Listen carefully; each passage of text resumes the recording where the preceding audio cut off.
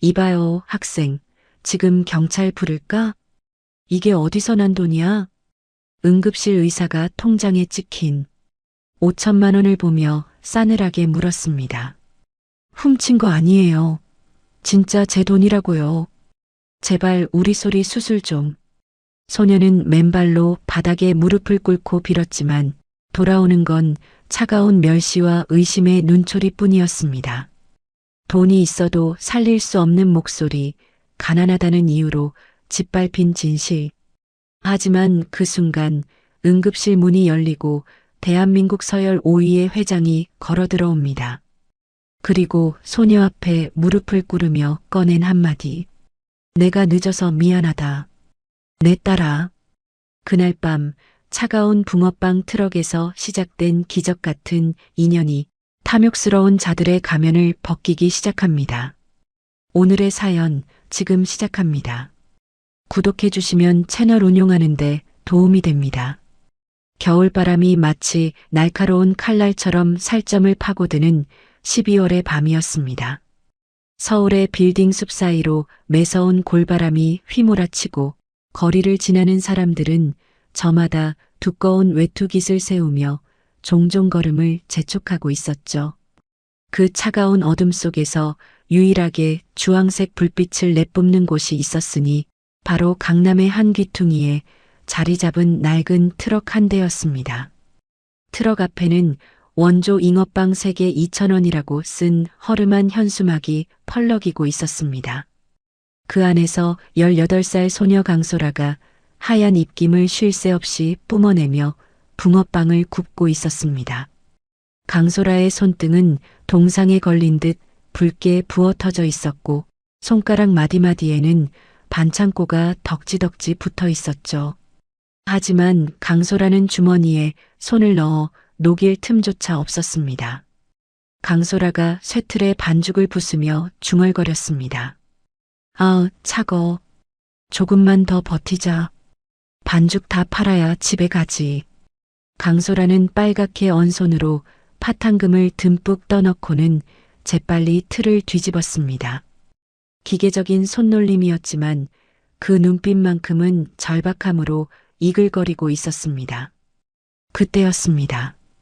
트럭 안쪽 구석에 놓인 라면 박스 위에서 자지러지는 울음소리가 터져나왔습니다. 으앙, 으앙. 강소라가 굽던 붕어빵을 내팽개치듯 두고 황급히 몸을 돌리며 외쳤습니다. 소라, 아이고, 우리 소리 깼어? 배고파? 누나가 금방 줄게, 응? 두꺼운 솜니불에 꽁꽁 쌓여 얼굴만 내놓은 생후 8개월 된 남동생 강소리였습니다. 강소라는 익숙하게 포대기를 풀러 아이를 안아들었습니다. 아이의 묵직한 기저귀가 축축하게 젖어 있었죠. 강소라가 입술을 질끈 깨물며 아이의 엉덩이를 토닥였습니다. 오구오구 찝찝했어? 미안해. 기저귀가 딱 2장 남아서 아껴야 해. 조금만 참자. 강소라는 한 손으로 아이를 안고 다른 한 손으로 주머니 속에 젖병을 꺼냈습니다. 하지만 젖병을 입에 문 강소리는 몇 번 빨다 말고 퇴하고 뱉어내며 더 크게 울어댔습니다. 분유가 떨어진 지 반나절이 지났기에 맹물을 끓여 식힌 것을 넣었으니 배고픈 아이가 속을 리가 없었죠. 강소라가 울먹이는 목소리로 아이를 달랬습니다. 미안해, 소라. 누나가 나쁜 누나다. 오늘 장사해서 꼭 맛있는 분유 사줄게. 응? 제발 그만 울자. 강소라의 시선이 계산대 옆 플라스틱 바구니로 향했습니다. 꼬깃꼬깃한 1,000원짜리 몇 장과 동전들이 전부였습니다. 오늘 번 돈은 고작 28,000원. 강소리가 먹는 특수 분유한 통값인 45,000원에는 턱없이 부족했습니다. 강소라가 하늘을 원망하듯 천막 틈으로 보이는 밤하늘을 올려다보며 한숨을 쉬었습니다. 엄마, 아빠, 나 너무 힘들어요. 소리 배는 고픈데 나는 줄 게 없어요. 눈물이 그렁그렁 맺혔지만 강소라는 소매로 눈물을 벅벅 닦아냈습니다. 울 시간이 없었습니다. 지금은 붕어빵 하나라도 더 팔아야 동생을 먹일 수 있으니까요. 강소라는 다시 반죽 주전자를 들고 거리를 향해 목청을 높였습니다. 붕어빵 드세요. 갓 구운 따끈따끈한 붕어빵 있습니다. 소녀의 애처로운 외침이 텅 빈 거리에 메아리쳤지만 지나가는 사람들은 그저 힐끔거릴 뿐 누구도 멈춰 서지 않았습니다. 참으로 야속한 세상이었습니다. 바로 그 시각 강소라의 트럭 맞은편 도로에는 검은색 최고급 세단 한 대가 신호 대기 중에 멈춰 서 있었습니다. 차 안은 바깥 세상과는 완벽하게 차단된 또 다른 세상이었죠. 적막할 정도로 고요하고 따뜻한 뒷좌석에서 선영그룹의 오세영 회장이 피로한 눈을 감고 있었습니다. 앞좌석에 앉은 김 비서실장이 백미러를 보며 조심스럽게 입을 열었습니다. 회장님, 눈발이 굵어집니다. 대까지 조금 서행하겠습니다. 오세영이 대답 없이 무겁게 고개를 끄덕이며 차창 밖으로 시선을 돌렸습니다. 썬팅된 유리창 너머로 흩날리는 눈발 사이 주황색 불빛이 아른거리고 있었습니다. 붕어빵 트럭이었습니다. 그리고 그 불빛 아래 아기를 업고 있는 깡마른 소녀가 보였죠. 오세영의 시선이 무심코 소녀의 얼굴에 닿는 순간 그의 심장이 덜컥 내려앉았습니다. 시간이 멈춘 듯 했습니다. 오세영은 자신의 눈을 의심하며 떨리는 손을 창문에 갖다 댔습니다. 차가운 유리의 감촉이 느껴졌지만 눈앞의 환영은 사라지지 않았습니다. 깡마른 체구, 추위에 빨개진 코끝, 그럼에도 불구하고 삶을 놓지 않으려는 저 도끼, 어린 눈빛, 오세영이 신음하듯 내뱉었습니다. 수연아. 40년 전 오세영이 모든 것을 버려서라도 지키고 싶었던 여자. 하지만 가난하다는 이유로 집안의 반대에 부딪혀 끝내 떠나보내야 했던 비운의 첫사랑 민수연. 저 붕어빵 소녀는 젊은 날의 민수연을 마치 복제라도 해놓은 듯 꼭 닮아 있었습니다. 아니, 단순히 닮은 수준이 아니었습니다. 입술을 앙다무는 버릇까지 똑같았으니까요. 오세영이 갑자기 고함을 질렀습니다. 멈춰. 당장 차 세워. 운전기사가 화들짝 놀라 급브레이크를 밟았습니다. 기익 하는 소리와 함께 육중한 차체가 흔들리며 멈춰 섰습니다. 김 실장이 놀란 토끼 눈을 하고 뒤를 돌아보며 물었습니다. 회장님? 무슨 일이십니까? 어디 편찮으십니까? 하지만 오세영의 귀에는 아무것도 들리지 않았습니다. 그의 시선은 오직 창밖의 강소라에게 고정되어 있었죠. 오세영의 손이 미세하게 떨리고 있었습니다. 그는 떨리는 손으로 창문 버튼을 눌러 아주 조금 틈을 만들었습니다. 차가운 겨울바람과 함께 소녀의 목소리가 틈새로 파고들었습니다. 네, 팥 많이 넣어드릴게요. 감사합니다. 맛있게 드세요. 목소리마저 똑같았습니다.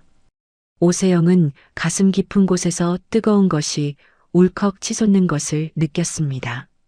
40년 동안 묻어두었던 그리움과 죄책감이 쓰나미처럼 밀려왔습니다.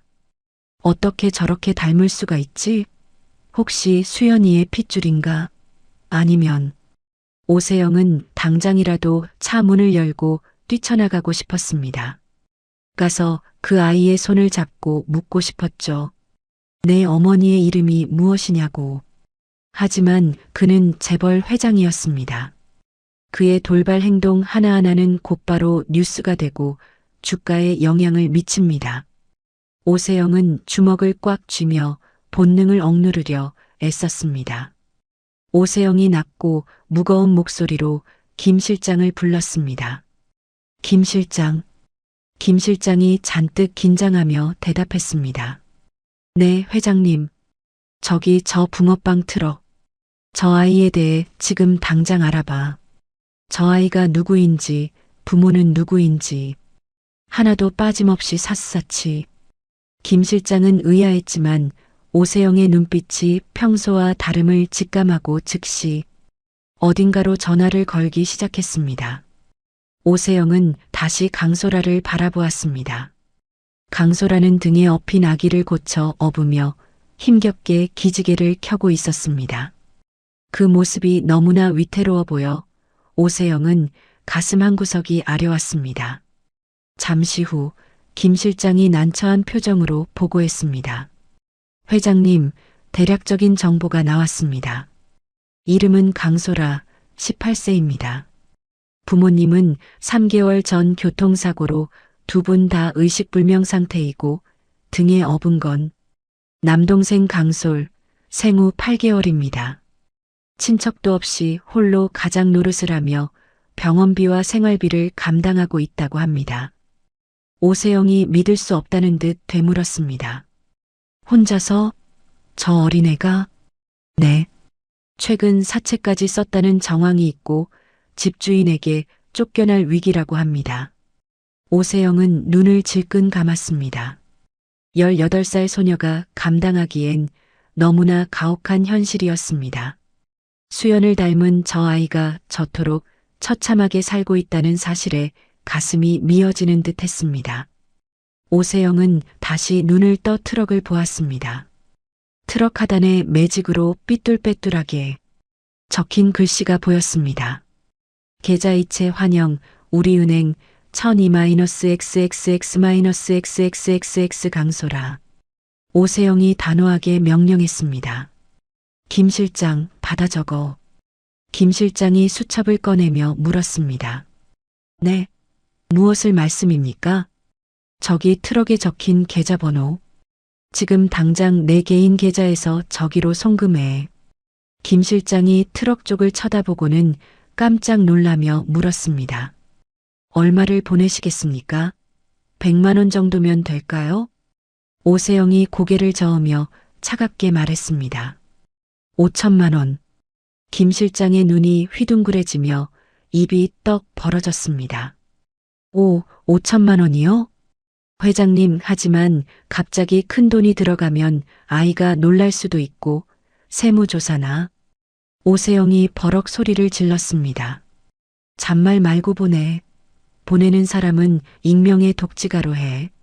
그리고 앞으로 매달 생활비와 병원비, 저 갓난아이 분유값까지 부족함 없이 지원해. 단 절대로 내가 보냈다는 걸 알게 해선 안 돼. 알겠나? 김 실장은 오세영의 기세에 눌려 황급히 스마트폰을 꺼내 송금을 진행했습니다. 네, 알겠습니다. 즉시 처리하겠습니다. 오세영은 멀어지는 붕어빵 트럭을 백미러로 끝까지 쫓았습니다. 눈발이 점점 굵어지고 있었습니다. 오세영은 마음속으로 다짐했습니다. 저 아이가 누구든 어떤 사연을 가졌든 다시는 추위에 떨게 하지 않겠노라고. 그것이 40년 전 비겁하게 도망쳤던 자신의 사랑에 대한 유일한 속죄임을 그는 직감했습니다. 한편 강소라는 자정이 넘어서야 장사를 마쳤습니다. 퉁퉁 부은 다리를 이끌고 소리를 업은 채 가파른 달동네 언덕길을 오르고 있었죠. 찬바람이 옷깃 사이로 파고들어 뼈마디가 시렸습니다. 강소라가 등에 업힌 소리에게 말을 걸었습니다. 소라, 춥지? 조금만 참아. 집에 가면 따뜻하게 해줄게. 오늘 번 돈으로 내일은 꼭 맛있는 분유 사줄게. 집이라고 해봐야 곰팡이가 핀 반지하 단칸방이었습니다. 강소라는 소리를 뉘어놓고 찬물로 세수를 했습니다. 얼음장 같은 물에 정신이 번쩍 들었습니다. 그때였습니다. 주머니 속에 넣어둔 낡은 스마트폰이 지잉 마이너스하고 울렸습니다. 은행 앱 알림이었습니다. 강소라는 수건으로 얼굴을 닦으며 무심코 핸드폰을 확인했습니다. 그리고 그 자리에 얼어붙고 말았습니다. 입금 5천만 원 보내니 익명의 독지가. 강소라는 입을 틀어막고 주저앉았습니다. 0이 몇 개인지 세어보기도 힘든 숫자였습니다. 5천만 원. 부모님 수술비를 내고도 남을 돈, 빚쟁이들에게 시달리지 않아도 될 돈이었습니다. 하지만 강소라의 얼굴에 떠오른 건 기쁨이 아니었습니다. 그것은 명백한 공포였습니다. 강소라가 덜덜 떨리는 목소리로 중얼거렸습니다. 이게 뭐야? 잘못 온 거 아니야? 아니면 보이스피싱? 누군가 자신의 계좌를 대포 통장으로 이용한 게 분명하다는 생각이 들었습니다. 만약 잘못 건드렸다가는 경찰에 잡혀갈 수도 있다는 생각에 덜컥 겁이 났습니다. 드라마에서 본 온갖 흉흉한 사건들이 머릿속을 스쳐 지나갔죠. 강소라는 핸드폰을 방바닥에 던지듯 내려놓고 뒷걸음질 쳤습니다. 마치 핸드폰이 폭탄이라도 되는 것처럼 보였습니다. 어떡해? 나 어떡해? 강소라는 잠든 소리를 끌어안고 방구석으로 몸을 웅크렸습니다.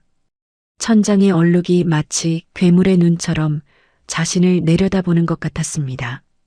누군가 밖에서 문을 쾅쾅 두드릴 것만 같은 공포가 엄습했습니다. 강소라가 소리의 뺨에 얼굴을 비비며 속삭였습니다. 소라, 무서워. 누나 너무 무서워. 차가운 겨울밤, 소녀의 통장에 찍힌 5천만 원이라는 숫자는 구원이 아니라 그녀를 옥죄어오는 공포의 서막이었습니다. 강소라는 그날 밤 단 한숨도 자지 못한 채 식은 땀을 흘리며 아침이 오기만을 기다렸습니다. 뜬 눈으로 밤을 지새운 강소라의 눈은 퀭하게 들어가 있었습니다. 새벽빛이 반지하 방의 작은 창문으로 스며들었지만 강소라는 방바닥에 놓인 스마트폰을 마치 시한폭탄이라도 되는 양 노려보고 있었죠. 밤새 수십 번도 더 확인한 잔액 5천만 원은 여전히 그 자리에 찍혀 있었습니다. 강소라가 마른 침을 꿀꺽 삼키며 중얼거렸습니다. 이건 내 돈이 아니야. 분명히 범죄에 연루된 돈일 거야. 잘못 건드렸다간 감옥에 갈지도 몰라. 옆에서 잠든 강소리가 칭얼거리며 뒤척였습니다. 강소라는 황급히 아이의 가슴을 토닥여 재우고는 장판 모서리를 들어 올렸습니다. 그리고 낡은 종이 통장을 그 깊숙한 곳에 밀어 넣었습니다. 마치 판도라의 상자를 봉인하듯 장판을 꾹꾹 눌러 덮었죠. 강소라가 떨리는 목소리로 다짐했습니다. 그래, 없는 셈 치자. 누가 찾아올 때까지 절대 건드리지 않는 거야. 강소라는 무거운 몸을 일으켜 주섬주섬 옷을 챙겨 입었습니다. 어제 번 꼬깃꼬깃한 1,000원짜리 몇 장을 주머니에 넣고 소리를 업은 채 집을 나섰습니다. 편의점에 들러 제일 싼 분유 한 통을 사고 나니 수중에 남은 돈은 동전 몇 개뿐이었습니다. 하지만 강소라는 차라리 마음이 편했습니다. 공포스러운 5천만 원보다 내 손으로 번 몇천 원이 훨씬 더 안전하게 느껴졌으니까요. 그 시각 서울 도심의 마천루 선영그룹 본사 45층 부회장실. 오태성 부회장은 책상 위에 놓인 보고서를 뚫어져라 쳐다보고 있었습니다. 그의 미간에는 깊은 주름이 패어 있었고 방 안에는 숨막히는 긴장감이 감돌았습니다. 오태성이 보고서를 책상에 내던지며 날카롭게 물었습니다. 박 부장, 이게 확실해? 아버지 개인 계좌에서 나간 게 맞아? 재무팀 박 부장이 허리를 90도로 숙이며 대답했습니다. 네, 부회장님. 어젯밤 10시경입니다. 수취인은 강소라, 18세 미성년자입니다. 더 큰 문제는 매달 생활비 명목으로 자동 이체까지 걸어두셨다는 겁니다. 오태성이 기가 차다는 듯 헛웃음을 터뜨렸습니다.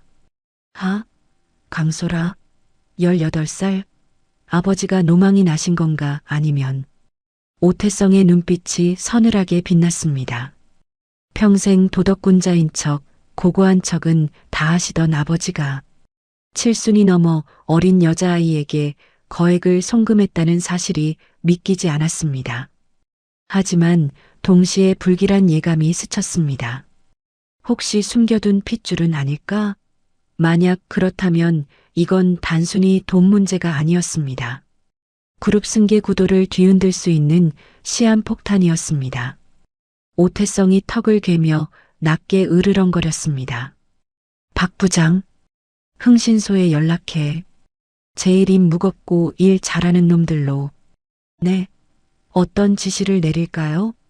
강소라라는 계집애 24시간 감시하라고 해. 밥은 뭘 먹는지, 누구랑 만나는지, 화장실은 몇 번 가는지까지 싹 다 보고해. 사진도 찍어서 보내고. 오태성의 목소리에는 살기가 어려 있었습니다. 그는 자신의 자리를 위협하는 그 어떤 싹도 용납할 생각이 없었습니다. 며칠 뒤 강소라의 붕어빵 트럭 주변에는 묘한 기류가 흐르기 시작했습니다. 검은 점퍼를 입은 낯선 남자가 건너편 편의점 앞에서 담배를 피우며 계속 트럭 쪽을 주시하고 있었죠. 강소라가 붕어빵을 뒤집다 말고 흠칫 놀라며 주위를 두리번거렸습니다. 이상하다. 자꾸 누가 쳐다보는 것 같은데. 등에 업힌 소리가 칭얼거리자 강소라는 아이를 고쳐 업으며 불안함을 떨치려 애썼습니다. 하지만 누군가의 시선이 끈적하게 달라붙는 느낌은 지워지지 않았습니다. 그때 주머니 속 전화기가 요란하게 울렸습니다. 발신자 번호를 본 강소라의 얼굴이 사색이 되었습니다. 병원 원무과였습니다. 강소라가 조심스럽게 전화를 받았습니다. 여보세요? 수화기 너머로 사무적인 목소리가 차갑게 들려왔습니다. 강소라 씨 되시죠? 선영병원 원무과입니다. 부모님 치료비가 2달이나 밀리셨어요. 이번 주까지 납부 안 하시면 강제 퇴원 조치 될 수 있습니다. 강소라가 다급하게 사정했습니다. 선생님 죄송해요. 제가 조금만 더 벌어서 다음 주까지만 기다려 주시면 안 될까요? 제발이요. 곤란합니다. 저희도 규정이라는 게 있어서요. 보호자님 사정은 딱하지만 병원이 자선단체는 아니지 않습니까? 전화가 뚝 끊겼습니다. 강소라는 망연자실한 표정으로 끊긴 전화기를 바라보았습니다. 당장 500만 원이 필요했습니다. 머릿속에 장판 밑에 숨겨둔 통장이 떠올랐습니다. 그 안에 든 5천만 원이면 부모님 병원비를 내고도 한참이 남았습니다. 그냥 눈 딱 감고 쓸까? 엄마 아빠 쫓겨나면 어떡해? 나중에 감옥에 가더라도 일단 부모님은 살려야 하잖아. 강소라의 손이 부들부들 떨렸습니다. 악마의 유혹처럼 달콤하고도 무서운 갈등이었습니다. 하지만 곧이어 뉴스에서 봤던 보이스피싱 인출책들이 구속되는 장면이 떠올랐습니다. 만약 그 돈이 범죄 수익이라면 자신이 쓰는 순간 공범이 되는 것이었습니다. 그러면 소리는 누가 키운단 말인가? 강소라가 입술을 피가 나도록 깨물며 고개를 저었습니다. 안 돼. 안 돼, 소라야. 정신 차려. 떳떳하지 못한 돈은 독이야. 우리 소리 두고 감옥 갈 순 없어. 강소라는 결국 통장에 손을 대지 못했습니다. 대신 반죽 주전자를 더 꽉 쥐었습니다. 오늘 밤은 붕어빵을 다 팔 때까지 집에 들어가지 않겠다고 독하게 마음먹었죠. 그 처절한 모습을 건너편에 있던 남자가 카메라 렌즈에 고스란히 담고 있었습니다. 같은 시각 오태성은 집무실에서 흥신소 직원이 보내온 사진들을 넘겨보고 있었습니다. 사진 속 강소라는 낡은 패딩을 입고 쪼그려 앉아 김밥 한 줄로 끼니를 때우고 있었습니다. 5천만 원을 받고도 전혀 쓰지 않은 모습이었습니다. 오태성이 사진을 탁자에 던지며 비웃었습니다. 독한 년이네. 돈을 쥐고도 안 써? 더 큰 걸 노리는 건가? 오태성은 마지막 사진을 집어들었습니다. 강소라의 얼굴이 정면으로 찍힌 고화질 사진이었습니다. 오태성은 그 사진을 들고 아버지의 서재에서 몰래 가져온 낡은 앨범 속 사진과 비교했습니다. 앨범 속에는 40년 전 아버지와 다정하게 웃고 있는 한 여인의 흑백 사진이 꽂혀 있었습니다. 오태성의 눈동자가 지진이 난 듯 흔들렸습니다. 이건 닮은 정도가 아니잖아. 사진 속 여인 민수연과 강소라는 동일 인물이라고 해도 믿을 만큼 똑같았습니다. 눈매, 콧날, 심지어 분위기까지. 오태성은 아버지가 왜 이 아이에게 집착하는지 단번에 이해했습니다. 첫사랑의 딸이라. 아니면 정말 아버지 핏줄인가? 오태성이 자리에서 벌떡 일어났습니다. 불안감이 확신으로 바뀌는 순간이었습니다. 아버지는 지금 단순히 자선 사업을 하는 게 아니었습니다. 과거의 여인을 혹은 자신의 혈육을 찾은 것이었습니다. 만약 아버지가 이 아이를 호적에 올리기라도 한다면 자신의 상속 지분은 반토막이 날 것이고 경영권 승계에도 차질이 생길 게 뻔했습니다. 오태성이 주먹으로 책상을 쾅 내리쳤습니다. 안 돼. 절대 용납 못해. 내가 어떻게 지킨 자리인데 어디서 굴러먹던 붕어빵 계집애한테 뺏겨? 오태성은 재킷을 거칠게 집어들었습니다. 더 이상 보고만 있을 수 없었습니다. 직접 눈으로 확인하고 싹을 잘라버려야 했습니다. 아버지의 보호막이 더 두터워지기 전에 자신이 먼저 이 아이에게 공포를 심어줘야겠다고 생각했습니다. 오태성이 비서에게 차갑게 명령했습니다. 차 대기시켜. 수행원은 필요 없어. 나 혼자 간다. 밤 10시가 넘은 시각 강소라의 트럭 앞은 파리만 날리고 있었습니다. 눈발이 다시 흩날리기 시작해 거리는 더욱 을씨년스러웠죠. 강소라는 굳어가는 붕어빵을 정리하며 한숨을 쉬었습니다. 오늘도 다 못 팔았네. 소라, 미안해. 누나가 이것밖에 안 돼서. 그때였습니다. 저 멀리서 고막을 찢을 듯한 엔진 소리가 들려왔습니다. 부하악 마이너스. 마치 야수가 포효하는 듯한 굉음과 함께 날렵한 검은색 스포츠카 한 대가 미끄러지듯 달려와 트럭 바로 앞에 급정거했습니다. 끼잉 마이너스. 트럭의 전구가 흔들릴 정도의 위압감이었습니다. 강소라는 깜짝 놀라 뒤로 물러섰습니다. 엄마야. 뭐야? 스포츠카의 헤드라이트가 강소라의 눈을 부시게 비쳤습니다. 강소라는 손으로 눈을 가리며 차를 바라보았습니다. 운전석 문이 열리고 한 남자가 내렸습니다. 번쩍이는 구두, 매끈한 정장 바지, 그리고 수백만 원짜리 캐시미어 코트를 걸친 오태성이었습니다. 오태성은 가죽 장갑을 낀 손으로 트럭의 낡은 천막을 거칠게 걷어 올렸습니다. 차가운 겨울바람이 훅 밀려 들어왔습니다. 아, 아저씨. 누구세요?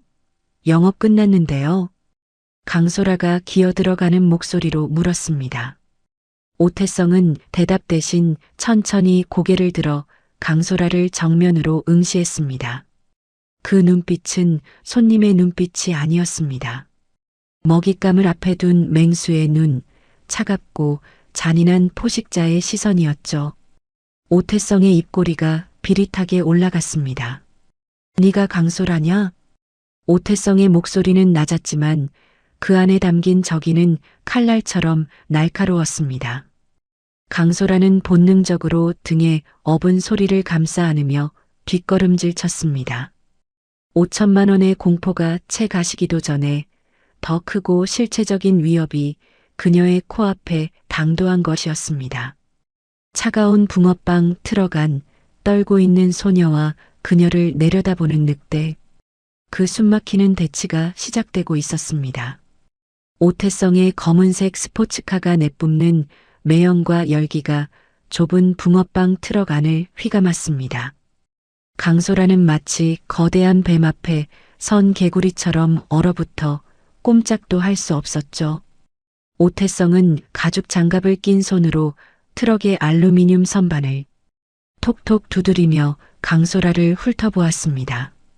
그 눈빛에는 경멸과 호기심 그리고 알 수 없는 적의가 뒤섞여 있었습니다.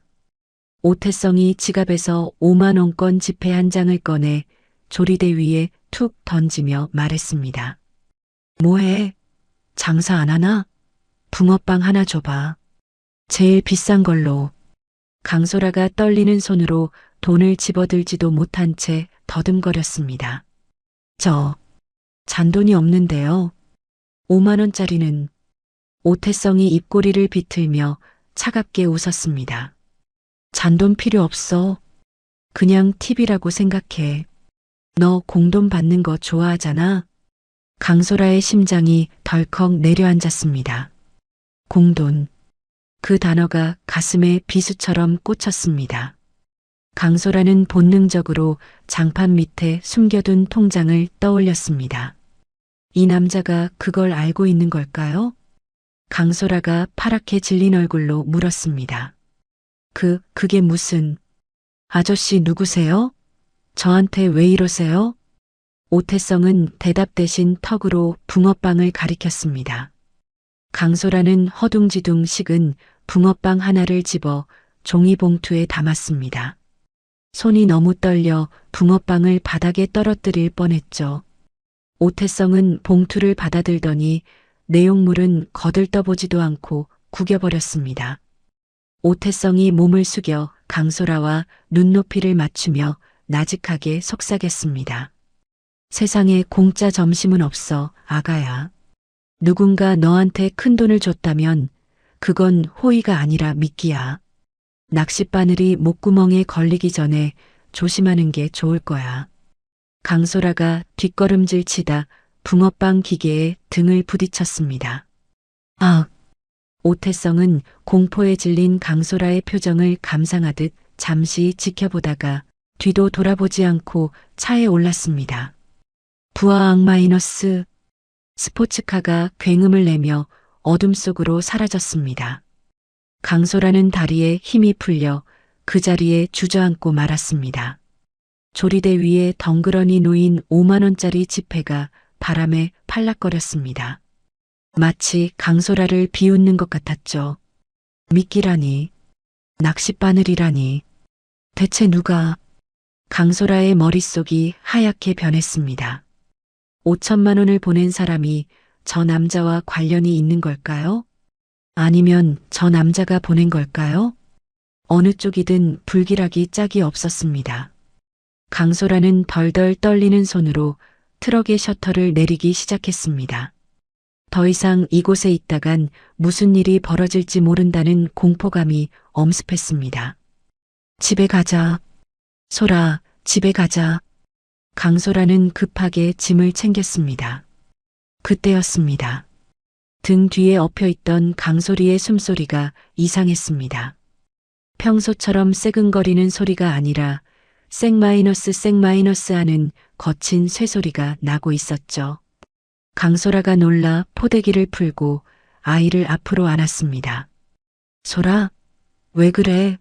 어디 아파? 가로등 불빛에 비친 강소리의 얼굴은 충격적이었습니다.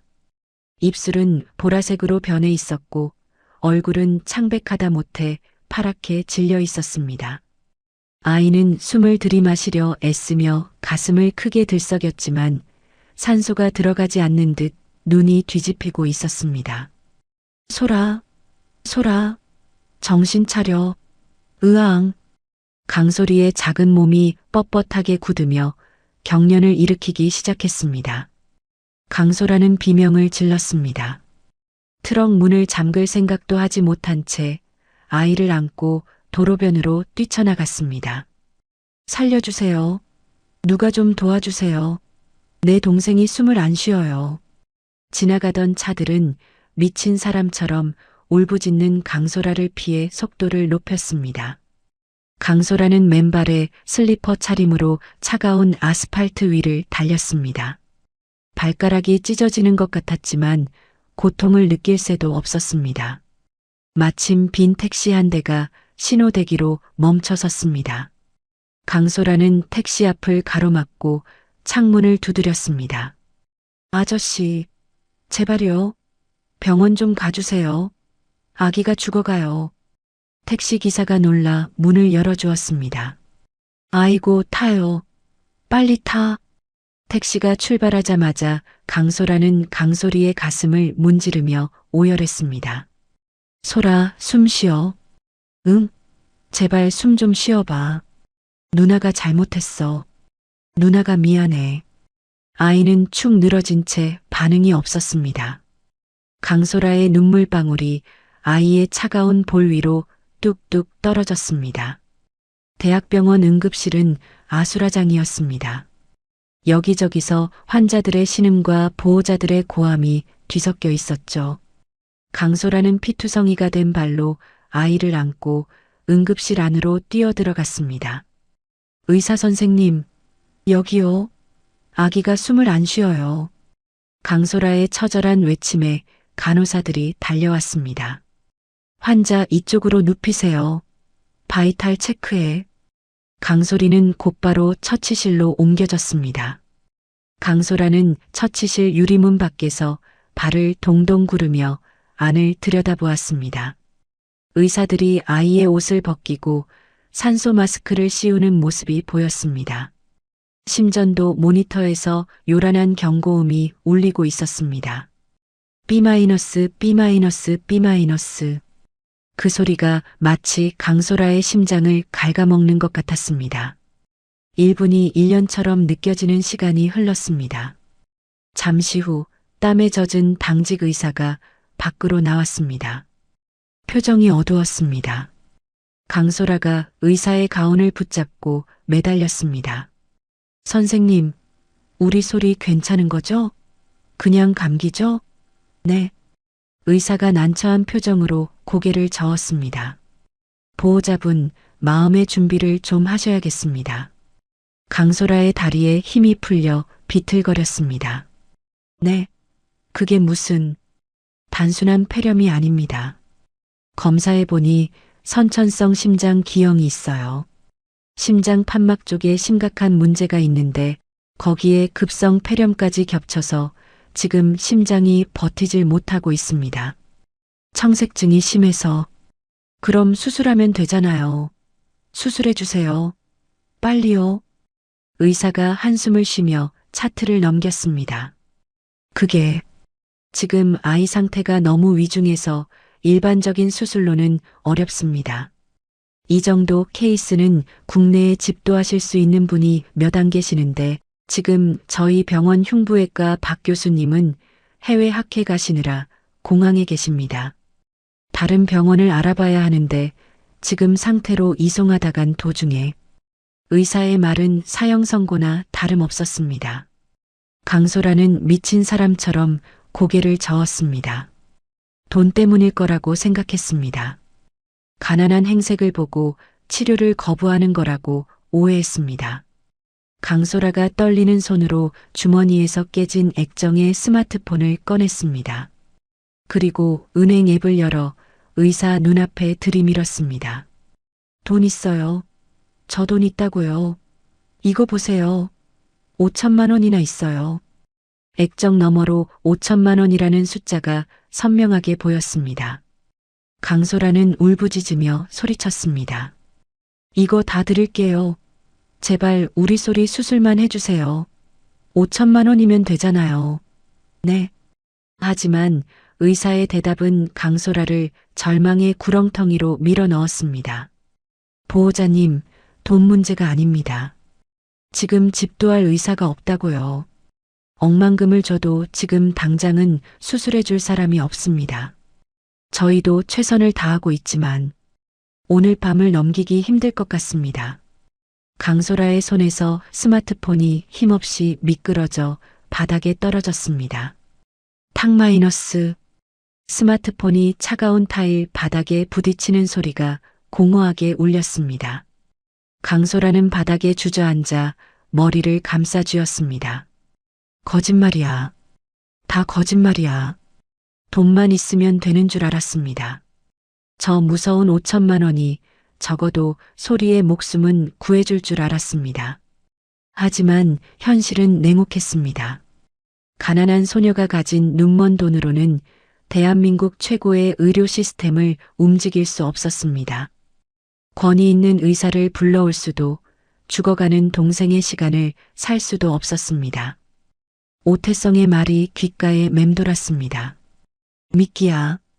낚싯바늘이 목구멍에 걸리기 전에 강소라가 바닥을 치며 오열했습니다. 하나님, 제발이요. 소리만 살려주세요. 제가 붕어빵 평생 구울게요. 나쁜 생각 안 할게요. 제발. 응급실의 차가운 공기 속에서 소녀의 울음소리만이 처량하게 퍼져나갔습니다. 주변에 있던 다른 환자 보호자들도 안타까운 표정으로 혀를 찰 뿐 아무도 도와줄 수 없었습니다. 강소라는 철저히 혼자였습니다. 그때 멀리서 웅성거리는 소리가 들려왔습니다. 비키세요. 길 터주세요. 검은 양복을 입은 건장한 남자들이 응급실 입구로 들이닥치며 사람들을 양옆으로 밀어냈습니다. 의아해하는 사람들 사이로 병원장이 하얗게 질린 얼굴로 뛰어왔습니다. 회장님, 이쪽입니다. 병원장의 안내를 받으며 백발이 성성한 노신사가 걸어 들어왔습니다. 선영그룹 오세영 회장이었습니다. 그의 뒤로는 수십 명의 의료진과 수행원들이 따르고 있었죠. 응급실의 공기가 순식간에 뒤바뀌었습니다. 오세영은 병원장을 거들떠보지도 않고 곧장 처치실 앞 복도로 성큼성큼 걸어왔습니다. 그리고 바닥에 주저앉아 울고 있는 강소라를 발견하고 멈춰 섰습니다. 강소라는 눈물 범벅이 된 얼굴로 고개를 들었습니다. 눈앞에 번쩍이는 구두가 보였습니다. 아까 오태성의 구두와는 달랐습니다. 흙이 묻어있지 않은 하지만 왠지 따뜻해 보이는 구두였습니다. 오세영이 무릎을 굽혀 강소라와 눈높이를 맞췄습니다. 강소라. 강소라가 멍한 눈으로 노인을 바라보았습니다. 며칠 전 붕어빵 트럭 앞을 지나가던 그 차의 주인이었습니다. 아, 할아버지. 오세영이 억센 손으로 강소라의 떨리는 어깨를 감싸쥐었습니다. 그의 눈가도 붉게 충혈되어 있었죠. 내가 너무 늦었구나. 미안하다. 정말 미안하다. 누구세요? 우리 소리 좀 살려주세요. 오세영이 강소라를 일으켜 세우며 단호하게 말했습니다. 걱정 마라. 소리는 살 수 있다. 내가 살린다. 오세영은 뒤에 서 있던 병원장을 향해 서늘한 목소리로 명령했습니다. 박 교수 어디 있나? 병원장이 식은땀을 닦으며 대답했습니다. 아까 말씀드린 대로 지금 비행기 이륙 직전이라. 당장 비행기 돌려. 헬기 띄워서 병원 옥상으로 데려와. 1분 1초라도 늦으면 자네 병원 재단 지원금 오늘부로 전면 중단이야. 알겠나? 병원장이 사색이 되어 소리쳤습니다. 네, 즉시 연락하겠습니다. 상황실, 헬기 띄워. 당장. 응급실이 다시 한번 요동치기 시작했습니다. 방치되다시피 했던 강소리의 처치실로 수많은 의료진이 뛰어들어갔습니다. 죽어가던 가난한 아이는 순식간에 대한민국 최우선 VIP 환자가 되었습니다. 강소라는 믿을 수 없는 광경에 입을 다물지 못했습니다. 5천만 원으로도 열리지 않던 철옹성 같은 문이 이 할아버지의 말 한마디에 활짝 열린 것입니다. 오세영이 멍하니 서 있는 강소라의 손을 잡았습니다. 거칠고 투박하지만 화로보다 따뜻한 온기가 전해졌습니다. 소라야. 네. 네가 받은 5천만 원. 그거 내가 보냈다. 강소라의 눈동자가 커졌습니다. 그토록 무서워했던 키다리 아저씨가 눈앞에 있었습니다. 하지만 지금은 무섭지 않았습니다. 오히려 안도감에 다리가 풀릴 지경이었습니다. 오세영이 소라의 손을 꼭 쥐며 맹세하듯 말했습니다. 이제부턴 혼자가 아니다. 내 동생 그리고 너. 이제 내가 지킨다. 저승사자가 와도 내 허락 없이는 못 데려가. 강소라는 참았던 울음을 다시 터뜨리며 오세영의 품에 무너지듯 안겼습니다. 감사합니다. 흑흑. 감사합니다, 할아버지. 오세영은 소라의 등을 토닥이며 굳게 담은 입술 사이로 결의를 다졌습니다. 40년 전 지키지 못했던 사랑, 그 빚을 갚을 기회를 준 하늘에 감사하며 이번에는 목숨을 걸고서라도 이 아이들을 지켜내겠노라 다짐했습니다. 응급실 밖에는 여전히 눈보라가 몰아치고 있었지만 강소라의 마음속에는 비로소 작은 희망의 불씨가 타오르기 시작했습니다.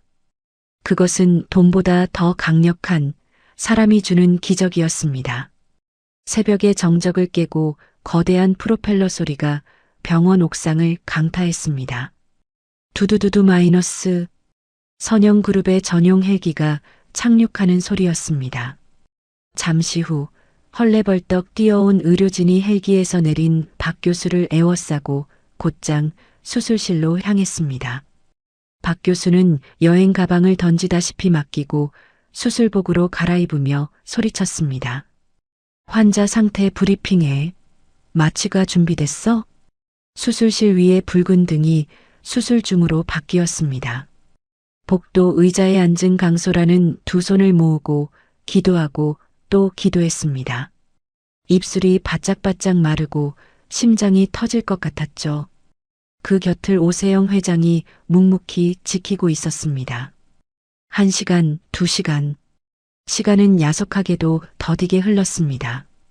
오세영이 수행원을 시켜 따뜻한 유자차를 가져왔습니다. 오세영이 종이컵을 강소라의 손에 쥐어주며 말했습니다. 좀 마셔라. 네가 쓰러지면 소리가 깨어나서 누굴 찾겠니? 강소라가 떨리는 손으로 컵을 받아들며 울먹였습니다. 감사합니다. 근데 저 목으로 넘어갈 것 같지가 않아요. 소리가 혹시라도 잘못되면. 오세영이 강소라의 어깨를 토닥이며 부드럽게 말했습니다. 그런 소리 말거라. 박 교수는 내 생명을 2번이나 구해준 사람이다. 신의 손이라고 불리는 사람이니 믿고 기다려보자. 강소라는 컵의 온기에 의지에 겨우 진정했습니다. 정막이 흐르는 복도에서 오세영이 먼 곳을 응시하며 입을 열었습니다. 소라야, 내가 왜 너를 도왔는지 궁금하지 않으냐? 강소라가 조심스럽게 고개를 끄덕였습니다. 네. 처음엔 저한테 장난치시는 줄 알았어요. 아니면 나쁜 어른인 줄 알고요. 오세영이 씁쓸한 미소를 지으며 대답했습니다. 내 어머니, 민수연 씨를 내가 안다. 강소라의 눈이 동그랗게 커졌습니다. 우리 엄마를요? 회장님이요? 아주 오래전 일이다. 내가 젊었을 때 내 모든 걸 바쳐서 사랑했던 사람이었지. 하지만 내가 못나서 내 부모님의 반대와 가난이라는 벽을 넘지 못하고 비겁하게 그 사람 손을 놓아버렸다. 오세영의 목소리가 가늘게 떨렸습니다. 40년 묵은 회한이 묻어나는 목소리였죠. 오세영이 강소라를 바라보며 말을 이었습니다. 붕어빵 트럭에서 너를 처음 봤을 때 심장이 멎는 줄 알았다. 내 어머니 젊은 시절과 너무 똑같아서 그래서 알았다. 신이 나에게 마지막으로 속죄할 기회를 주셨구나 하고 강소라의 눈에서 눈물이 주르륵 흘러내렸습니다. 돌아가신 엄마가 보내준 인형 같았습니다. 엄마가 하늘에서도 자식들을 걱정해서 이 할아버지를 보내준 것만 같았습니다. 장장 10시간에 걸친 대수술이었습니다. 수술실 문이 열리고 박 교수가 피로에 젖은 얼굴로 나왔습니다. 강소라와 오세영이 동시에 벌떡 일어났습니다. 박 교수가 마스크를 벗으며 환하게 웃었습니다. 수술은 아주 성공적입니다. 고비는 넘겼습니다. 이제 중환자실에서 경과만 보면 됩니다. 강소라는 다리에 힘이 풀려 그 자리에 주저앉으며 오열했습니다. 감사합니다. 감사합니다, 선생님. 오세영도 안도감에 긴 한숨을 내쉬며 박 교수의 손을 잡았습니다. 고맙네. 정말 고마워. 잔이가 사람 하나 살렸어. 소리는 중환자실로 옮겨졌습니다. 유리창 너머로 온갖 튜브를 꽂고 있지만 규칙적으로 오르내리는 소리의 가슴을 보며 강소라는 하염없이 눈물을 흘렸습니다. 그것은 슬픔의 눈물이 아니라 지옥 같은 터널을 빠져나온 안도의 눈물이었습니다. 그로부터 3일 뒤 강소라의 삶은 송두리째 바뀌었습니다. 오세영은 강소라를 병원 근처에 보아니 철저한 오피스텔로 데려갔습니다. 곰팡이 핀 반지하 방과는 비교도 할 수 없는 깨끗하고 따뜻한 집이었습니다. 냉장고에는 신선한 과일과 반찬이 가득했고 침대에는 보송보송한 이불이 깔려 있었죠. 강소라가 현관에 서서 신발도 벗지 못한 채 머뭇거렸습니다. 할아버지, 저 이런 데서 살아도 돼요? 너무 과분해요. 오세영이 강소라의 등을 떠밀며 웃었습니다. 과분하긴.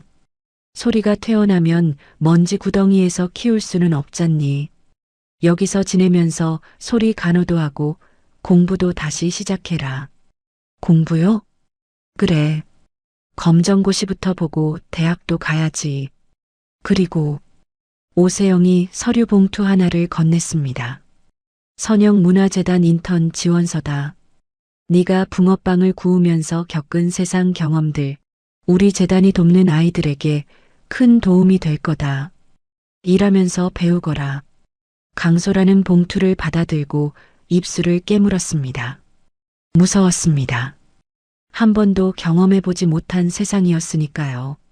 하지만 소리를 위해서라도, 그리고 자신을 믿어주는 오세영을 위해서라도 용기를 내야 했습니다. 할게요. 열심히 할게요. 붕어빵 굽던 끈기로 뭐든 할게요. 그렇게 강소라의 이중생활이 시작되었습니다.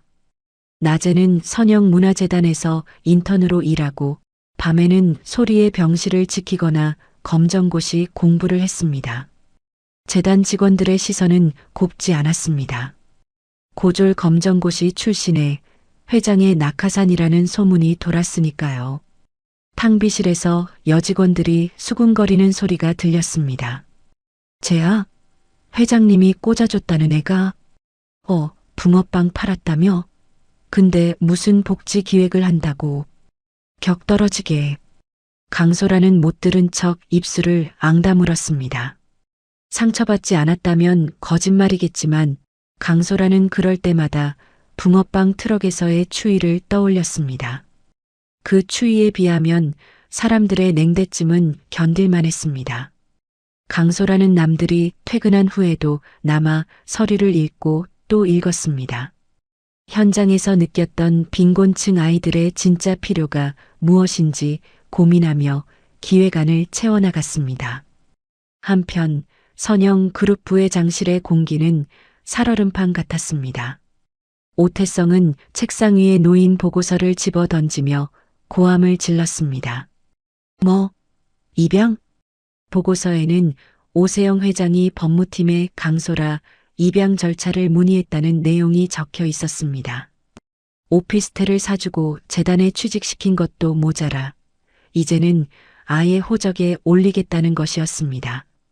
오태성이 넥타이를 거칠게 풀어헤치며 씩씩거렸습니다.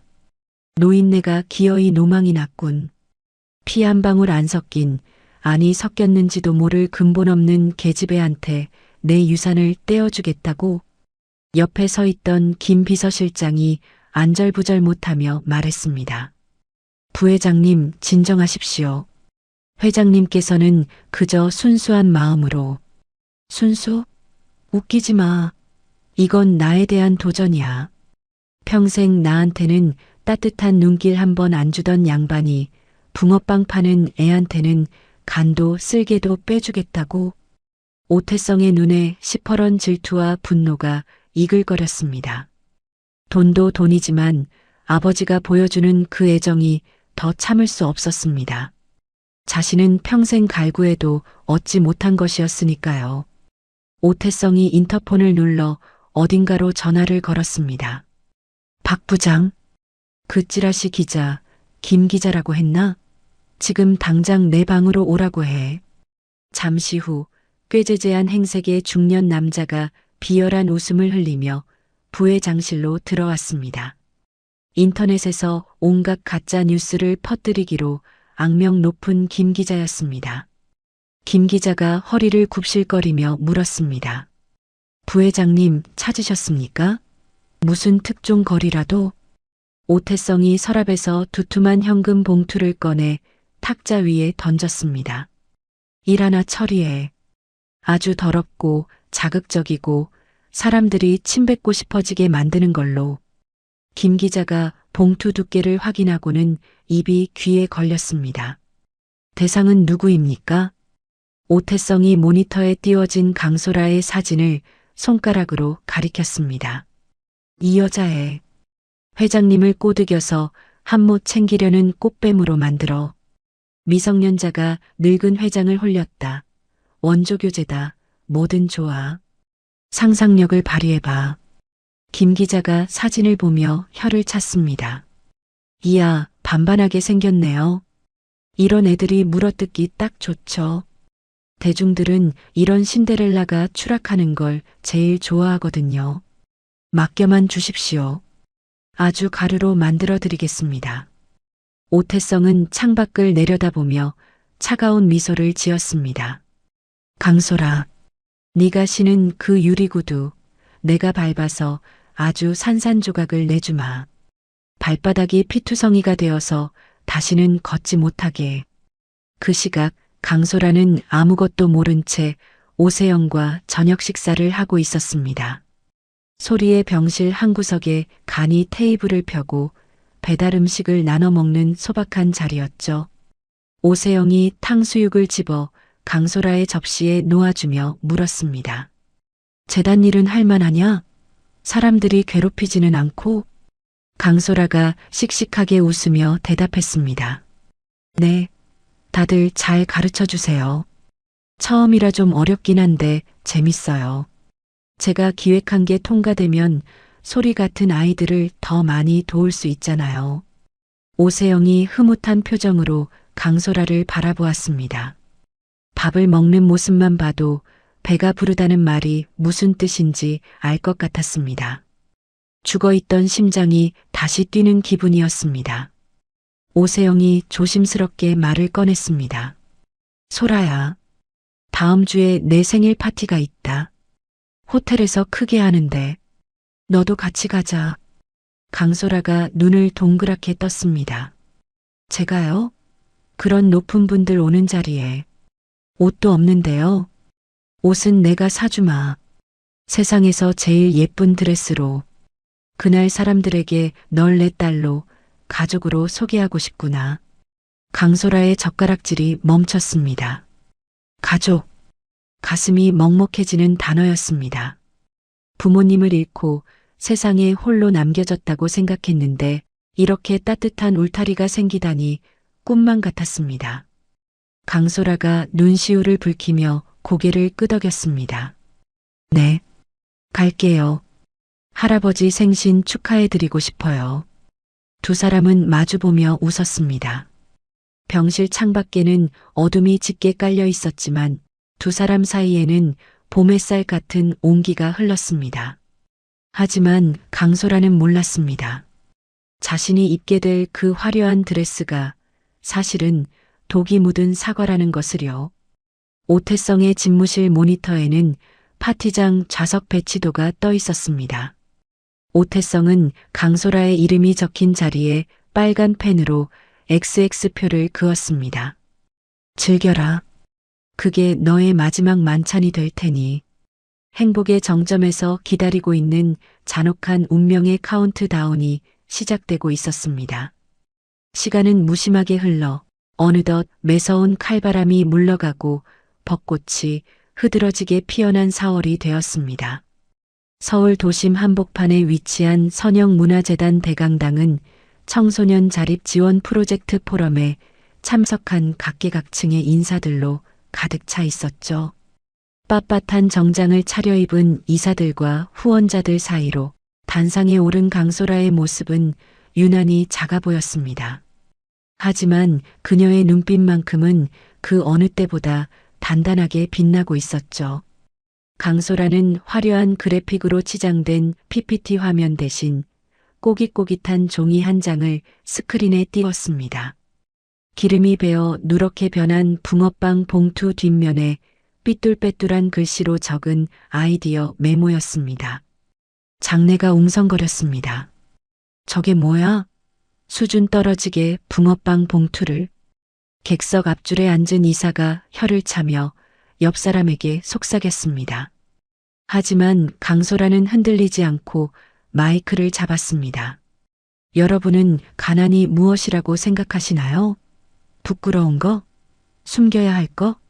저는 거리에서 붕어빵을 구우며 배웠습니다.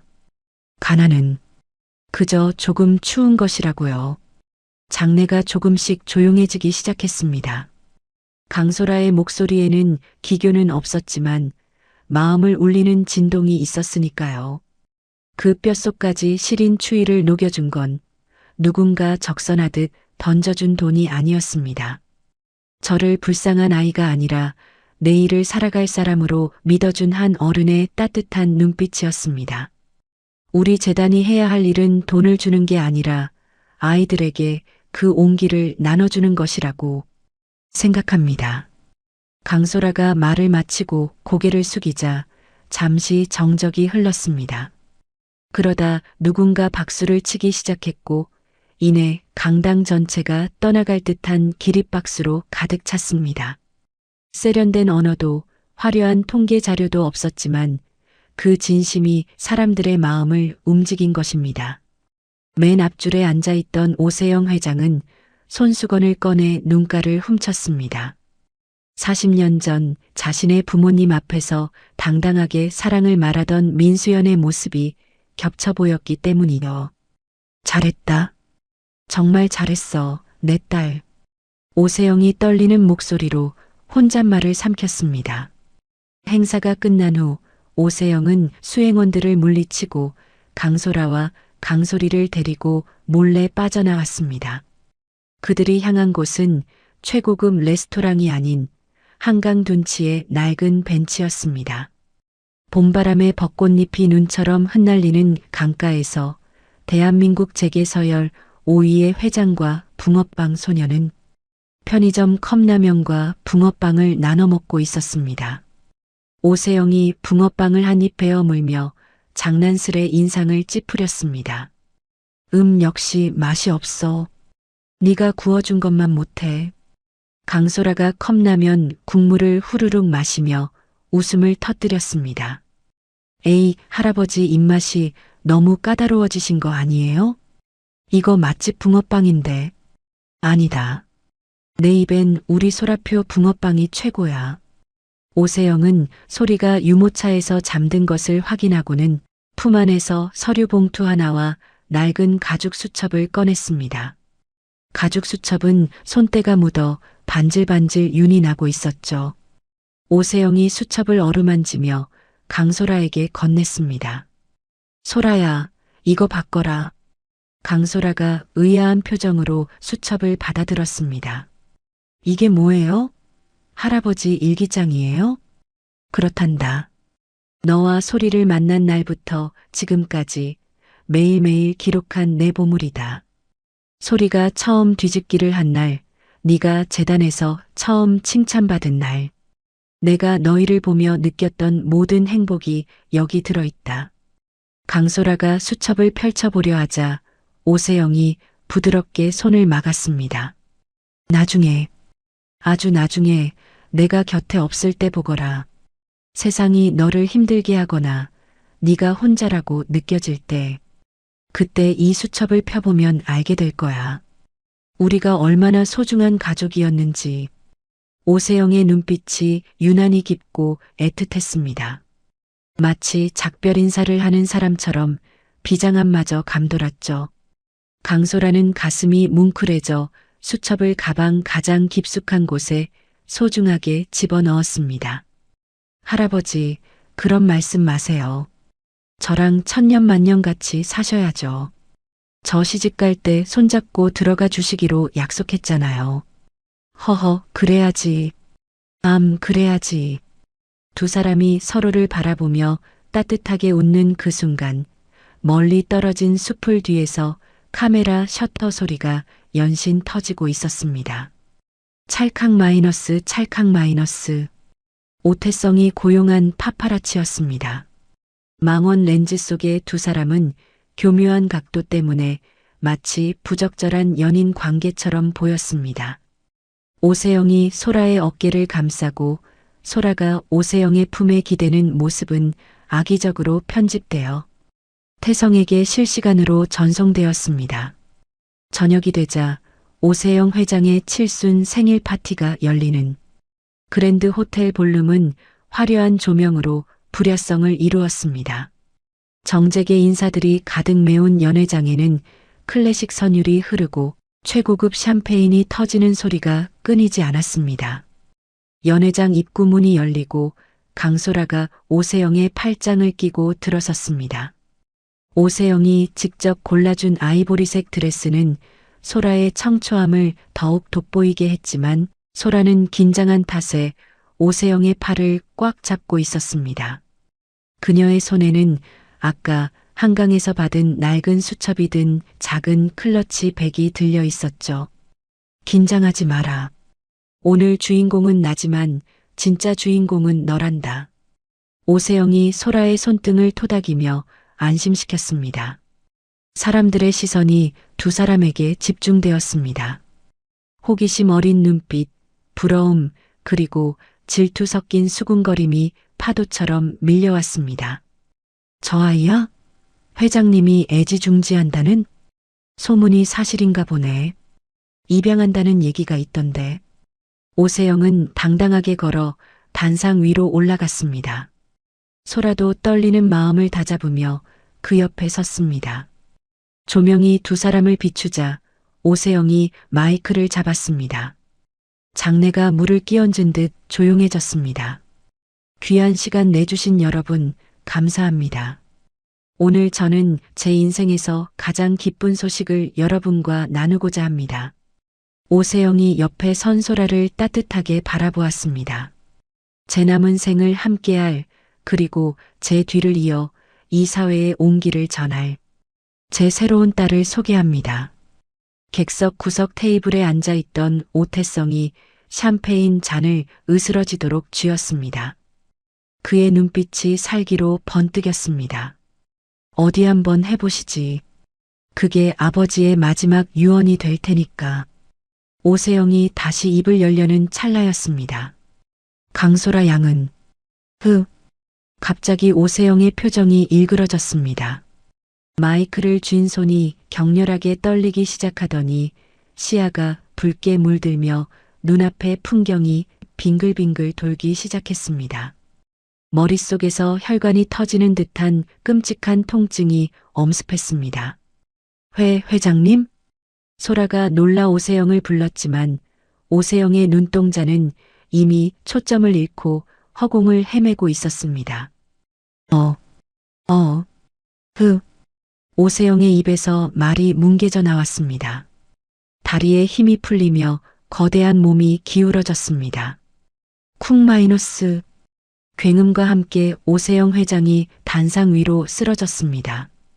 그가 잡고 있던 마이크가 바닥을 때리며 날카로운 하울링 소리를 냈고 테이블 위에 샴페인 잔들이 와르르 쏟아지며 산산조각이 났습니다. 꺄!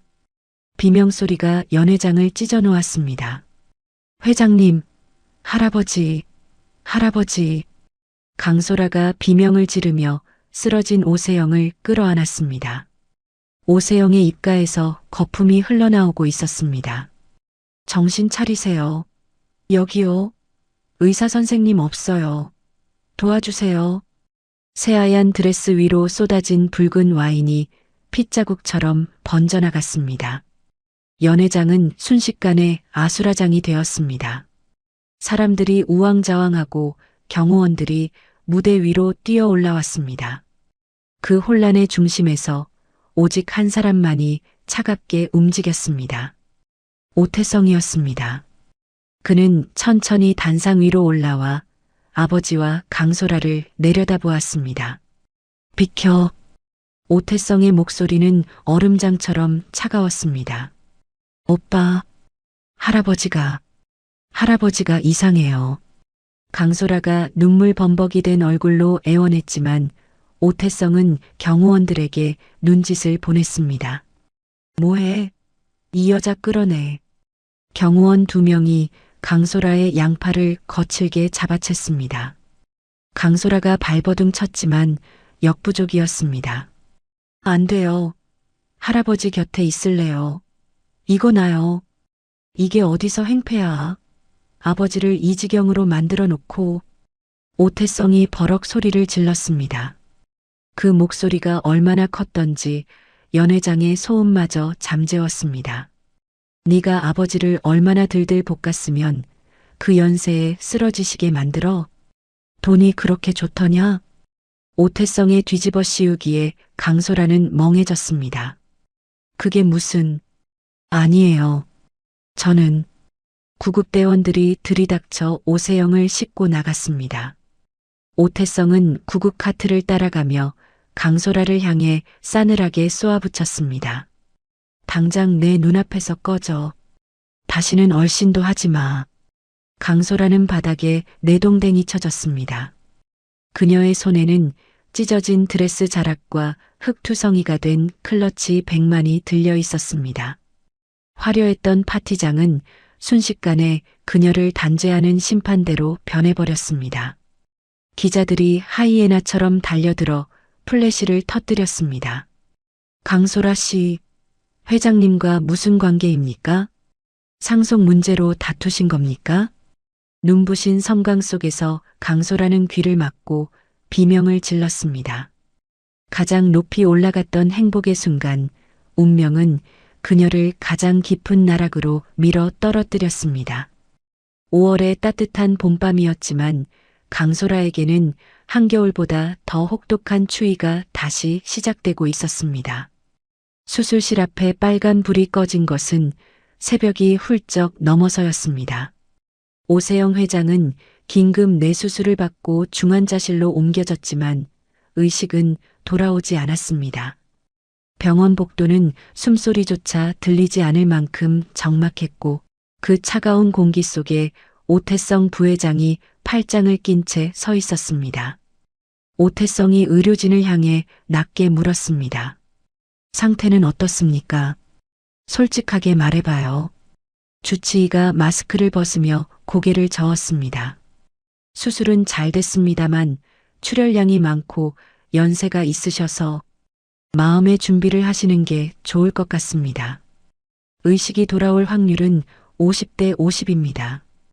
오태성의 눈매가 가늘어졌습니다. 슬픔보다는 복잡한 계산이 오가는 눈빛이었죠. 그는 뒤에 서 있던 비서실장에게 차갑게 지시했습니다. 지금부터 병원 전체 통제해. 개미 새끼 한 마리도 얼씬 못하게 막아. 특히 그 강소라라는 계집애 눈에 띄면 다리를 분질러서라도 쫓아내. 네, 알겠습니다. 같은 시각 병원 로비는 아수라장이었습니다. 찢어진 드레스 위에 얇은 담요 하나를 걸친 강소라가 경호원들에게 매달리고 있었기 때문입니다. 비키세요. 제발요. 할아버지 상태만. 수술 잘 됐는지 그것만 확인하게 해주세요. 강소라가 맨발로 대리석 바닥을 디디며 울부짖었지만 덩치 큰 경호원들은 그녀를 벌레 보듯 밀쳐냈습니다. 돌아가십시오. 위에서 절대 출입 금지라고 했습니다. 가족이잖아요. 입양하기로 했다고요. 비켜요. 경호원 반장이 비웃으며 대답했습니다. 가족? 서류에 도장이라도 찍었어? 주제 파악 좀 해. 당신은 그냥 남이야. 그것도 회장님 쓰러지게 만든 원흉이고. 아니야. 아니라고요. 경호원들이 강소라의 양팔을 잡고 질질 끌고 나갔습니다.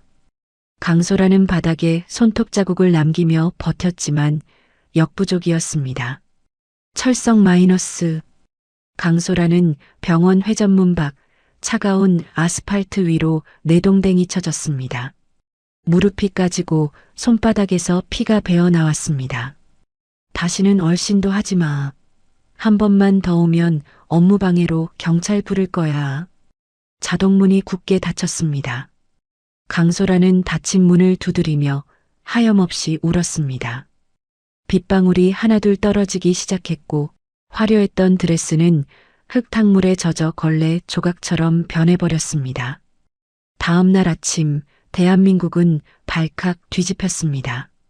오태성이 사주한 김 기자의 기사가 포털 사이트 메인을 장식했기 때문입니다.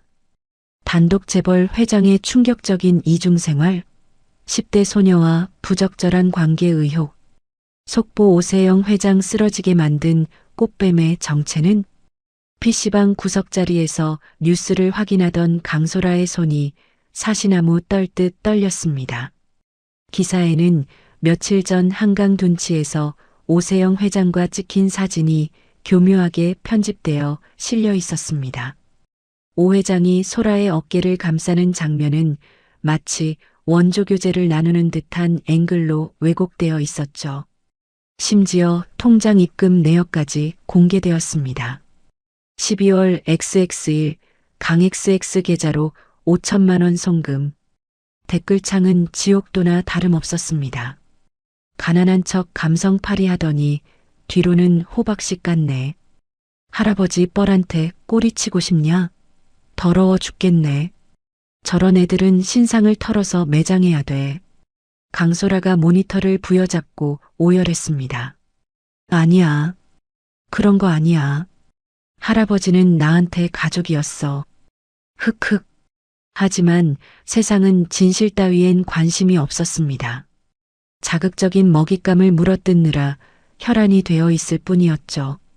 그때 강소라의 휴대폰이 울렸습니다. 오피스텔 경비실이었습니다. 강소라 씨죠? 지금 당장 짐 빼세요. 집주인이 방 뺀다고 난리 났어요. 네, 저 지금 갈 데가 없는데. 며칠만. 아, 뉴스 보니까 아주 대단하시더만. 우리 오피스텔 물 흐리지 말고 당장 나가요. 비밀번호 벌써 바꿨으니까 짐은 복도에 내놓을 거요. 전화가 뚝 끊겼습니다. 강소라는 PC방을 뛰쳐나와 오피스텔로 달렸습니다. 현관 앞에는 그녀의 옷가지와 소리의 기저귀 가방이 쓰레기처럼 널브러져 있었습니다.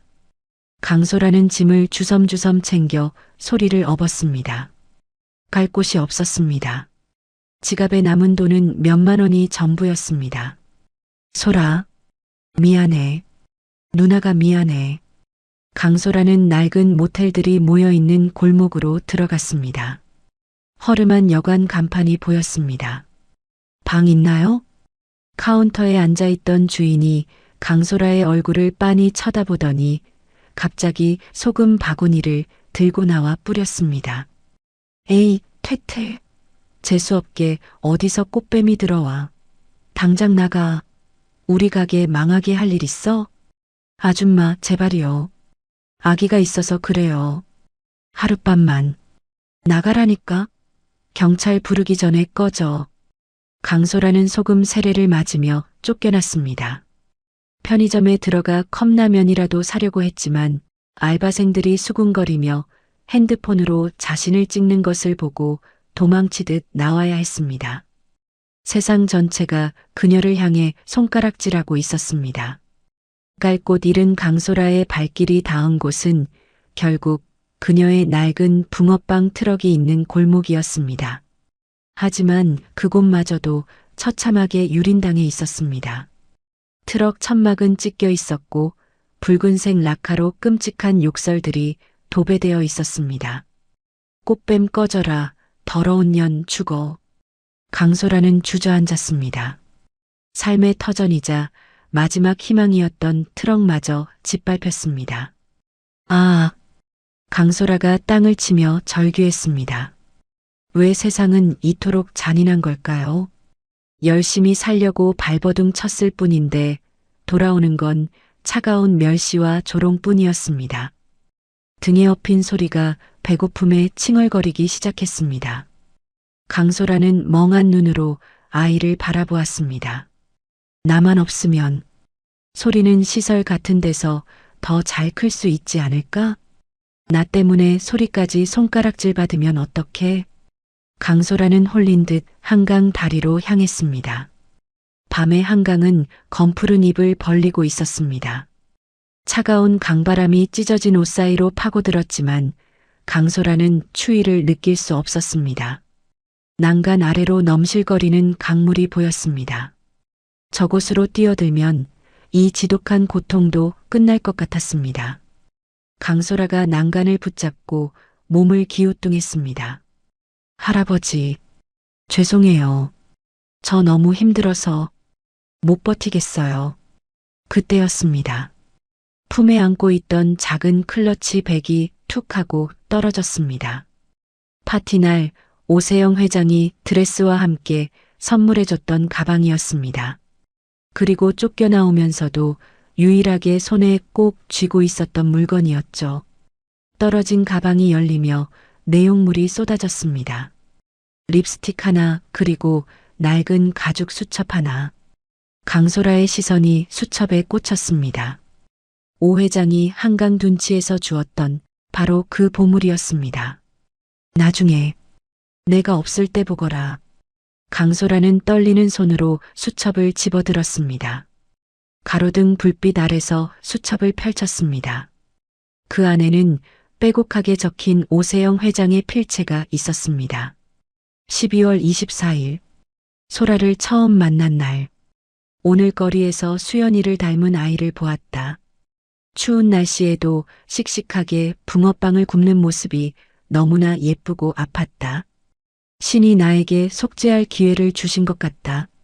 강소라가 한 장을 넘겼습니다. 2월 15일, 소리 수술날. 소리가 수술실에 들어갔다. 소라가 울고 있다. 내 심장이 찢어지는 것 같다. 제발 저 아이들을 살려주소서. 내 남은 수명을 덜어서라도 살리고 싶다. 또 한 장을 넘겼습니다. 3월 10일 태성이 생각. 오늘 소리가 처음으로 뒤집기를 했다. 태성이 어릴 때가 생각났다. 나도 젊었을 땐 태성이를 무릎에 앉히고 웃어주곤 했는데 내가 너무 엄한 아비였나 보다. 소라와 태성이 언젠가 남매처럼 지낼 수 있다면 얼마나 좋을까. 강소라의 눈에서 눈물이 후두둑 떨어져 수첩을 적셨습니다. 일기장 어디에도 돈 이야기는 없었습니다. 욕망도 없었습니다. 저 늙은 아비의 후회와 뒤늦게 찾은 가족에 대한 절절한 사랑만이 가득했습니다. 할아버지는 나를 진짜 딸로 생각하셨어. 꽃뱀이 아니라 진짜 가족으로. 세상 사람들이 뭐라 하든 상관없었습니다. 이 수첩 속에 진실이 있었습니다. 오세영 회장은 강소라를 믿었고 사랑했습니다. 그런데 자신은 지금 죽으려고 하고 있었습니다. 그 사랑을 배신하고 도망치려 했던 것입니다. 강소라가 수첩을 가슴에 품고 오열했습니다.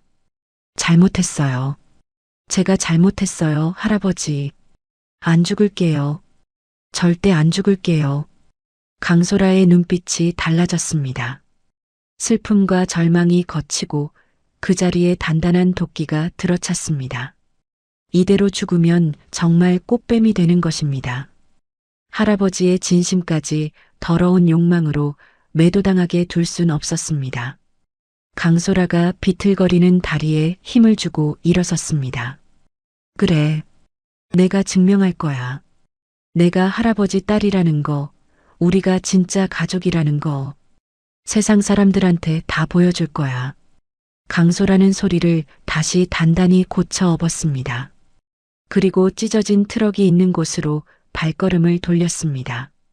그곳이 그녀의 전장이었습니다. 한편 병원 VIP 병동. 오태성은 늦은 밤까지 아버지의 병실을 지키고 있었습니다. 의식이 없는 아버지를 보는 것이 괴로워 그는 서재의 서랍을 뒤적거리며 정리를 하고 있었죠. 그러다 서랍 깊숙한 곳에서 봉투 하나를 발견했습니다. 유언장 초안 마이너스 변호사 전다룡. 그리고 그 밑에 깔려있는 편지 한 통. 겉봉에는 내 아들 태성이에게라고 적혀 있었습니다. 오태성의 손이 멈칫했습니다.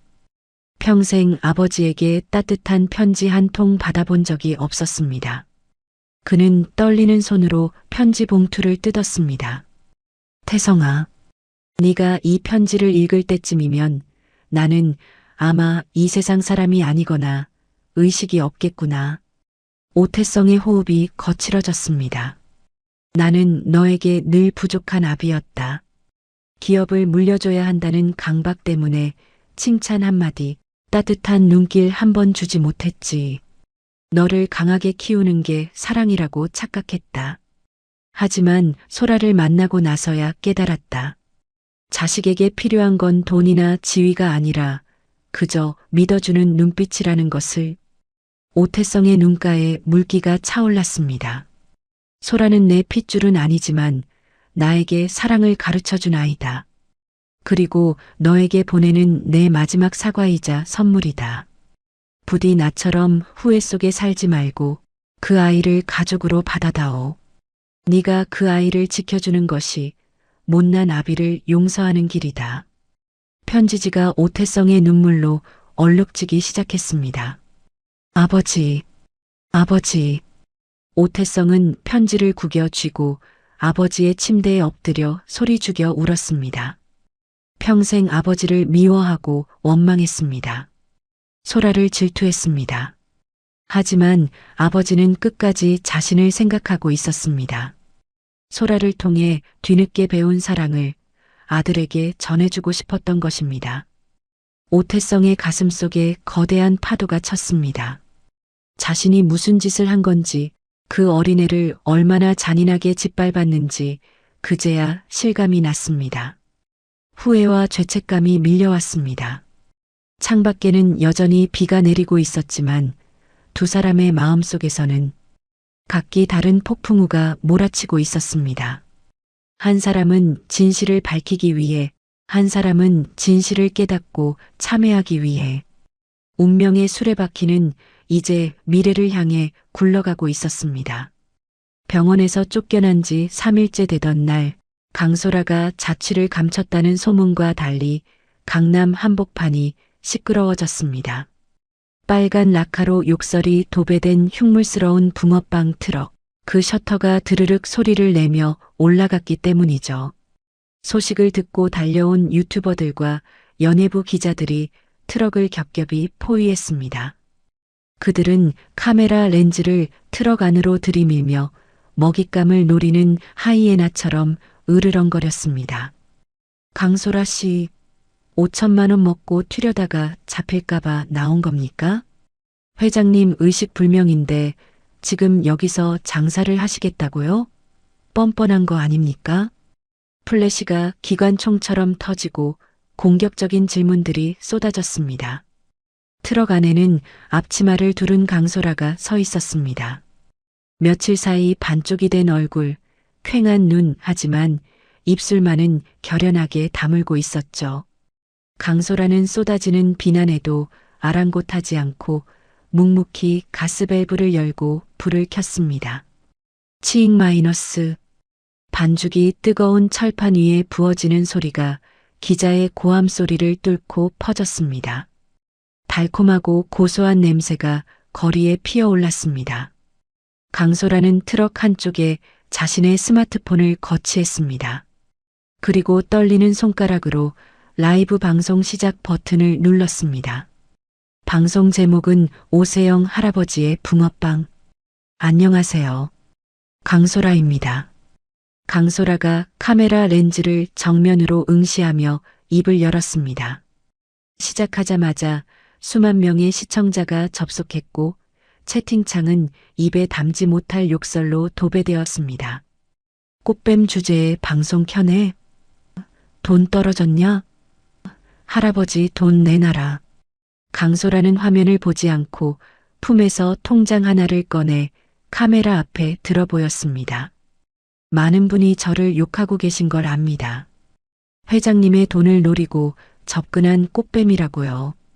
네, 저 돈 받았습니다. 5천만 원. 여기 내역 보이시죠? 강소라가 통장을 펼쳤습니다. 입금 날짜를 봐주세요. 12월 24일입니다. 제가 회장님을 처음 뵌 날이고 그때 저는 회장님 얼굴도 이름도 몰랐습니다. 그저 익명의 독지가가 보내주신 기부금이었습니다.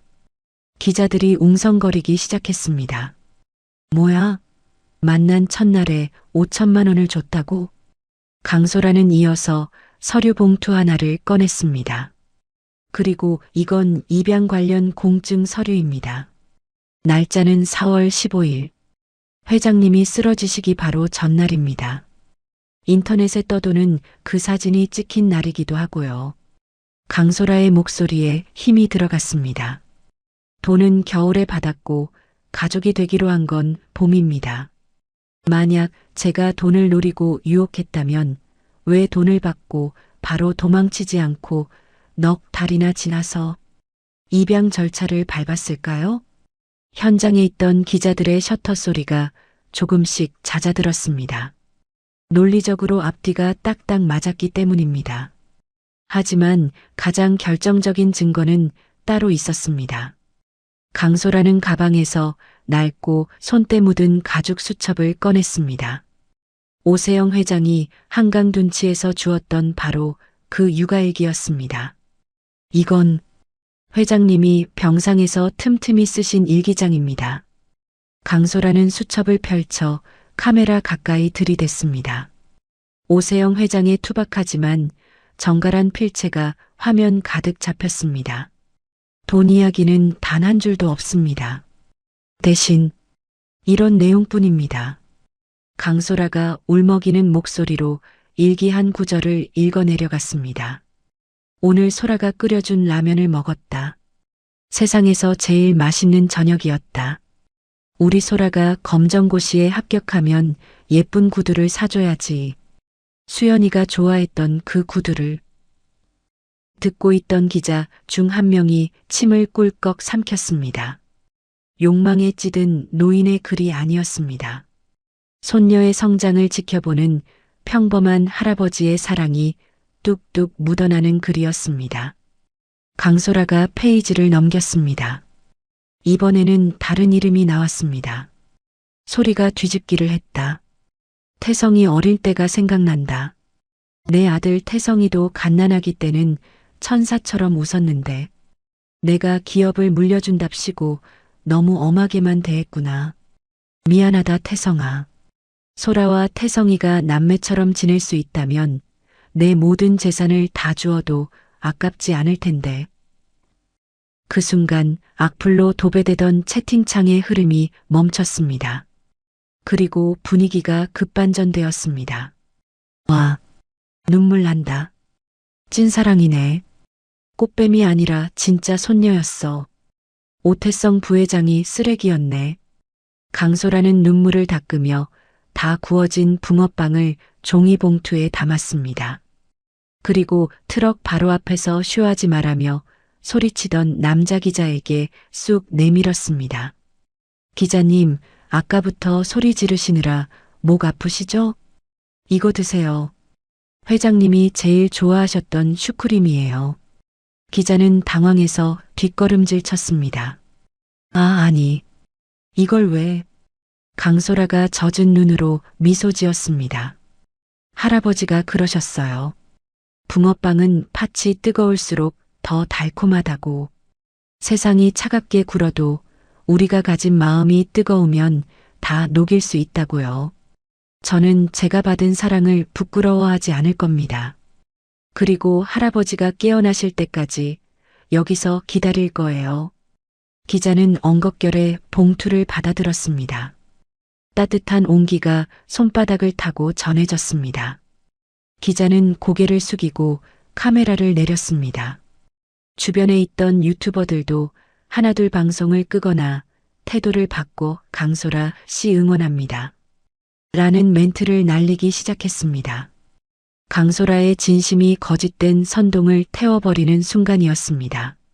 같은 시각 선영병원 VIP 병동. 오태성은 병실 소파에 앉아 태블릿 PC로 강소라의 라이브 방송을 보고 있었습니다. 화면 속 강소라가 아버지의 일기장을 읽는 순간 오태성의 어깨가 사시나무 떨듯 흔들렸습니다. 내 아들 태성이도 천사처럼 웃었는데 미안하다 태성아. 오태성은 화면을 정지시켰습니다. 그리고 책상 위에 놓여있던 아버지의 친필 편지를 다시 집어들었습니다. 어젯밤 서재에서 발견하고 밤새 통곡했던 그 편지였습니다. 편지 속의 내용과 일기장의 내용이 데칼코마니처럼 일치했습니다. 아버지는 마지막 순간까지 피 한 방울 섞이지 않은 소라를 통해 아들 태성을 그리워하고 사랑하고 있었습니다. 으아. 오태성이 태블릿을 가슴에 품고 짐승 같은 울음을 토해냈습니다. 자신이 무슨 짓을 한 걸까요? 아버지가 그토록 아끼던 아이, 자신에게 화해의 손길을 내밀어줄 수도 있었던 아이를 꽃뱀으로 몰아 사회적으로 매장하려 했습니다. 심지어 아픈 동생의 병원비까지 끊어버리다니. 자신이 그토록 경멸했던 돈만 아는 괴물이 바로 자기 자신이었습니다. 그때 비서실장이 다급하게 병실로 들어왔습니다. 부회장님, 큰일 났습니다. 여론이 완전히 뒤집혔습니다. 회사 게시판이며 고객센터며 항해 전화가 폭주하고 있습니다. 주주들도 긴급 이사회를 소집하겠다고 난리입니다. 지금 병원 앞에 시민들이 몰려와서 소라 양 들여보내라고 시위를. 오태성은 붉게 충혈된 눈으로 비서실장을 쳐다보았습니다.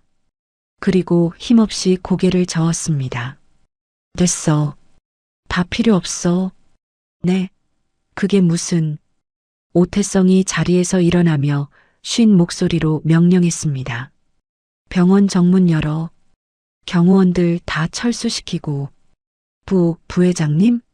그러다가 기자들이 들이닥치면. 그리고 강소라 데려와. 정중하게 모셔와. 비서실장은 오태성의 표정을 보고 더 이상 토를 달지 못했습니다.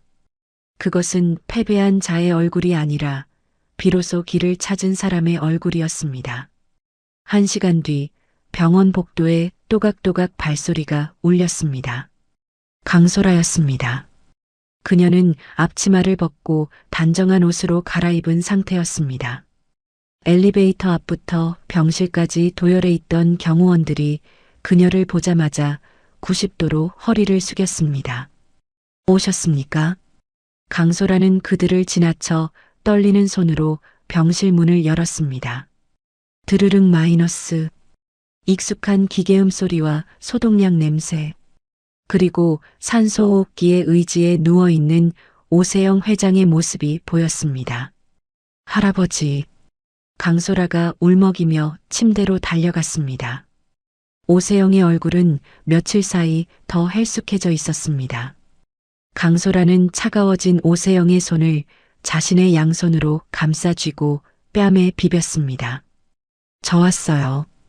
늦어서 죄송해요. 많이 기다리셨죠? 제가 나빴어요. 혼자 둬서 죄송해요. 그 애절한 목소리에 창가에 등을 돌리고 서 있던 오태성이 움찔했습니다.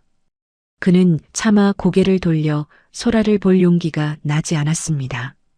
강소라가 오세영의 이불을 정리해주고는 천천히 몸을 돌렸습니다. 그리고 오태성의 등 뒤로 다가갔습니다. 부회장님. 오태성이 주먹을 꽉 쥐었습니다. 어떤 욕을 들어도 쌀 것이라 생각했습니다. 뺨을 때린다면 기꺼이 맞을 각오가 되어 있었습니다. 오태성이 천천히 뒤를 돌아보았습니다. 그의 눈은 퉁퉁 부어 있었고 초췌하기 그지없었습니다. 강소라. 나는. 오태성이 입을 열었지만 목이 메어 말이 나오지 않았습니다. 강소라는 그런 오태성을 가만히 올려다보았습니다.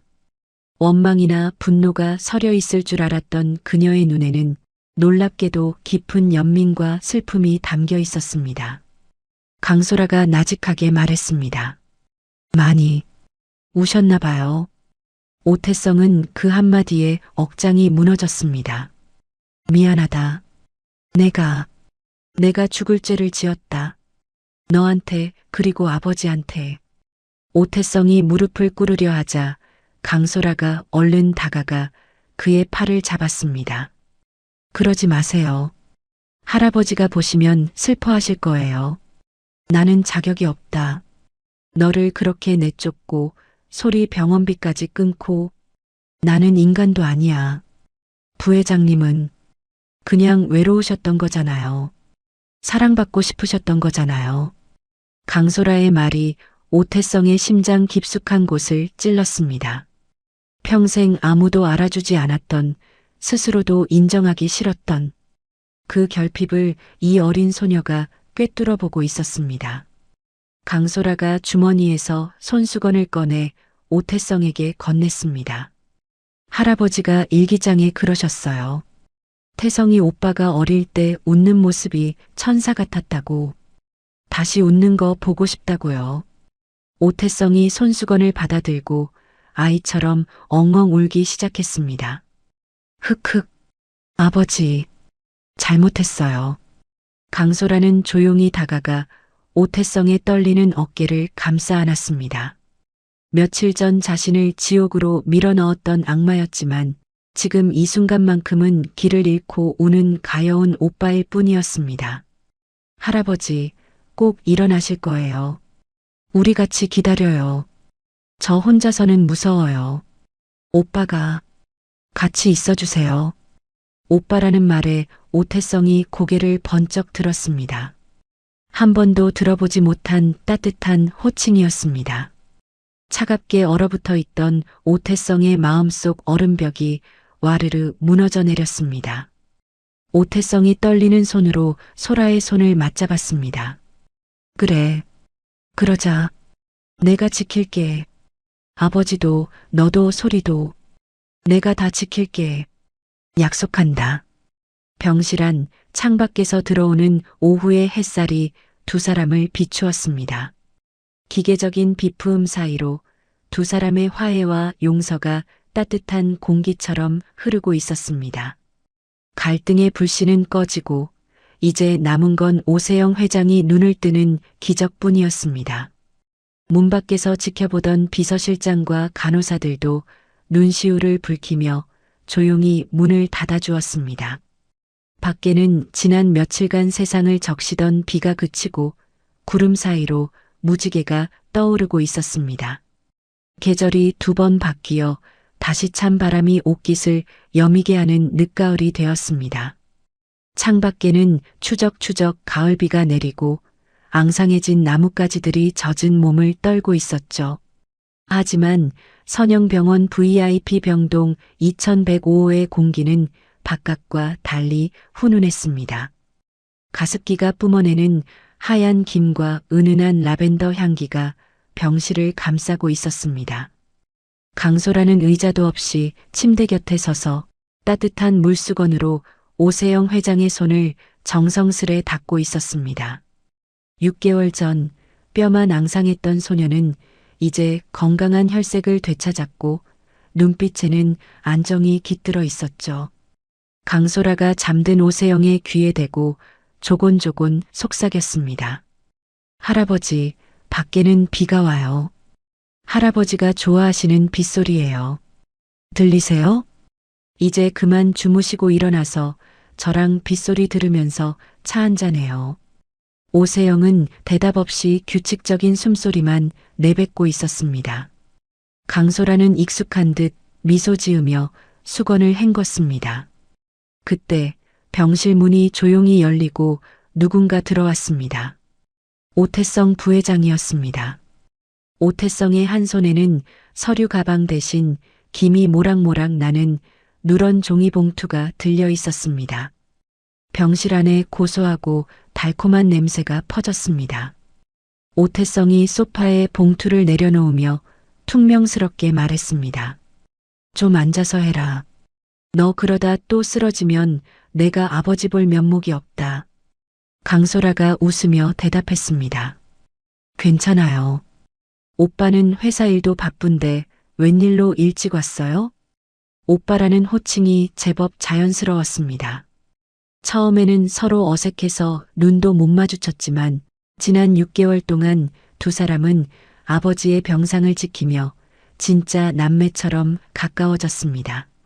함께 컵라면을 먹고 소리에 기저귀를 갈아주며 미운 정 고운 정이 다 든 것이죠. 오태성이 헛기침하며 넥타이를 느슨하게 풀었습니다. 오는 길에 그 트럭이 보이길래 소리 녀석이 환장하잖아. 너도 좀 먹고 해. 강소라가 봉투를 열어보며 감탄했습니다. 와, 붕어빵이네. 오태성 부회장님이 길거리 간식을 다 사오시고 해가 서쪽에서 뜨겠어요. 시끄러워. 식기 전에 먹기나 해. 오태성은 투덜거리면서도 강소라가 먹기 좋게 붕어빵을 반으로 잘라주었습니다.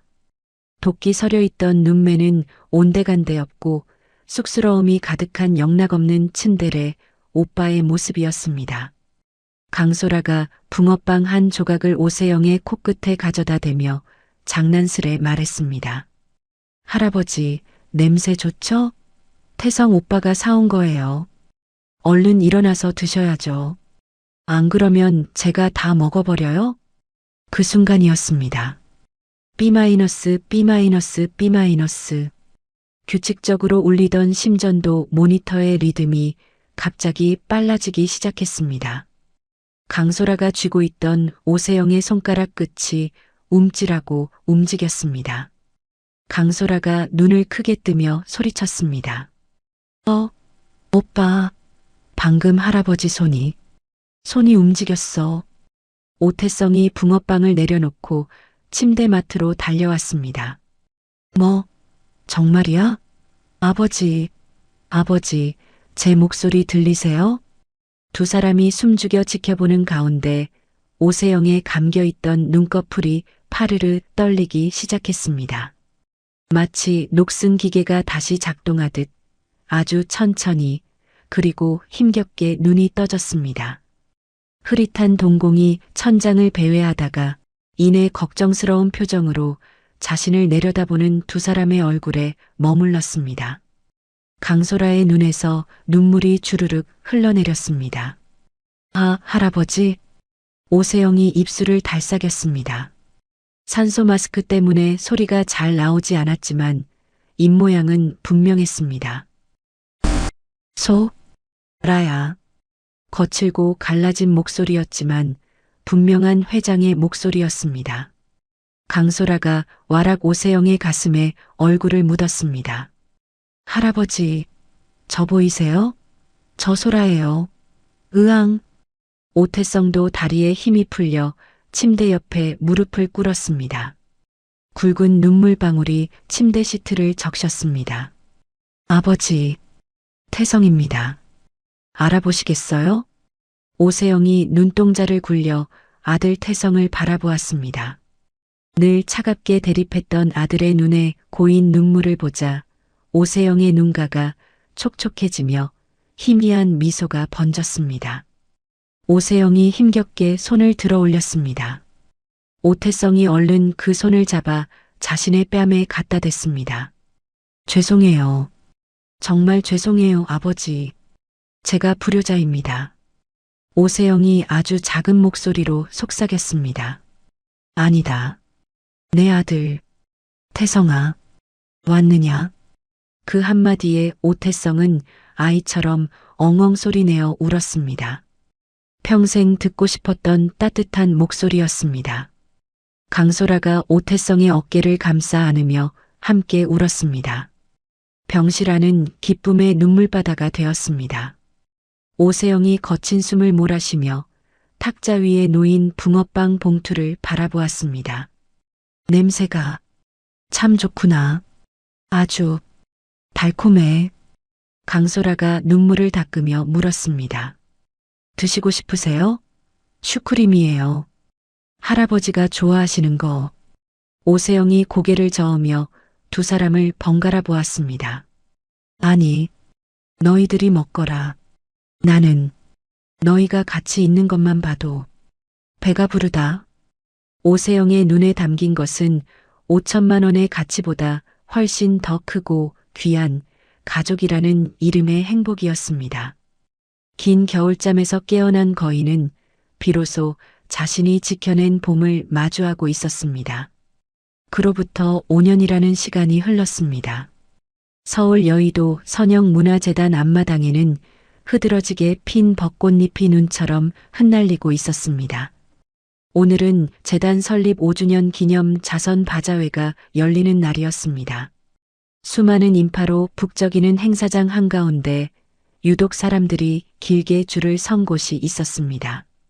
그곳에는 황금색으로 번쩍이는 선형 붕어빵 트럭이 랜드마크처럼 세워져 있었습니다. 트럭 위에는 원조 붕어빵 소녀 이사장님이 직접 구워드립니다. 라는 현수막이 펄럭이고 있었죠. 트럭 안에서 능숙한 손놀림으로 붕어빵을 뒤집고 있는 젊은 여성은 23살이 된 강소라였습니다. 대학 졸업 가운 대신 앞치마를 두른 그녀는 5년 전보다 훨씬 더 단단하고 여유로워 보였습니다. 자, 줄 서세요. 새치기 하시면 안 줍니다. 1인당 3개까지만 돼요. 강소라의 쩌렁쩌렁한 목소리에 손님들이 웃음을 터뜨렸습니다. 그때 트럭 밑에서 장난꾸러기 꼬마가 튀어나왔습니다. 이모, 나도 줘, 나도. 나는 슈크림. 올해로 6살이 된 강솔이었습니다. 한때 중환자실에서 생사를 오가던 아이는 이제 누구보다 건강하고 에너지가 넘치는 개구쟁이가 되어 있었죠. 강소라가 소리의 코에 묻은 밀가루를 닦아주며 말했습니다. 우리 소리 형아들한테 양보해야지. 이따가 삼촌 오면 같이 먹자. 삼촌 지금 오는데? 저기 봐.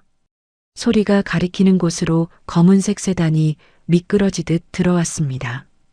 운전석에서 내린 사람은 선영그룹의 오태성 회장이었습니다. 말끔한 정장 차림의 그는 차에서 내리자마자 재킷을 벗어 던지고 셔츠 소매를 걷어붙였습니다. 오태성이 이마에 땀을 닦으며 트럭으로 다가와 투덜거렸습니다. 아니, 이사장님, 알바 안 씁니까? 줄이 주차장까지 늘어섰잖아. 강소라가 붕어빵 봉투를 오태성에게 던지며 받아쳤습니다. 알바가 왜 필요해요? 여기 힘 좋은 회장님이 계시는데. 빨리 포장이나 도와요, 오빠. 아, 나 참. 대한민국 재계 서열 5위 회장을 붕어빵 포장 알바생으로 쓰는 건 너밖에 없을 거다. 오태성은 궁시렁거리면서도 능숙하게 봉투를 벌리고 붕어빵을 담았습니다. 그 모습이 어찌나 자연스러운지 지나가던 시민들이 어머, 저거 오태성 회장 아니야? 하며 신기해했죠. 오태성은 손님들에게 맛있게 드십시오 하며 살갑게 인사까지 건넸습니다. 과거의 냉혈한 이미지는 온데간데 없었습니다. 그때 뒷좌석 문이 열리고 지팡이를 짚은 노신사가 천천히 걸어 나왔습니다. 오세영 명예회장이었습니다. 백발이 성성했지만 얼굴에는 인자한 미소가 가득했습니다. 할아버지, 소리가 다다다 달려가 오세영의 다리에 매달렸습니다. 오냐, 우리 강아지. 오늘도 유치원에서 1등 했어? 오세영이 소리를 번쩍 안아 올리려다 허리를 짚으며 웃었습니다. 아버지, 조심하세요. 그 녀석 이제 무거워서 못 드십니다. 오태성이 얼른 달려가 아버지를 부축했습니다. 강소라가 갓 구운 김이 모락모락 나는 붕어빵을 접시에 담아 나왔습니다. 오셨어요? 오늘 기부금 역대 최고 찍을 것 같아요. 오세영이 흐뭇하게 트럭과 줄 선 사람들을 바라보았습니다. 그래, 우리 막내딸 사업 수완이 나보다 낫구나. 역시 붕어빵 장사 경력은 무시 못해. 그럼요. 제가 누구 딸인데요. 강소라가 오세영의 팔짱을 끼며 애교를 부렸습니다. 세 사람은 붕어빵 트럭 앞에 나란히 섰습니다. 소리는 태성의 목마를 타고 신나서 부의비자를 그렸고 소라와 태성은 아버지의 양옆을 든든하게 지켰습니다. 오세영이 갓 구운 붕어빵을 한 입 베어 물었습니다. 달다. 아주 달아. 역시 붕어빵은 같이 먹어야 제맛이야.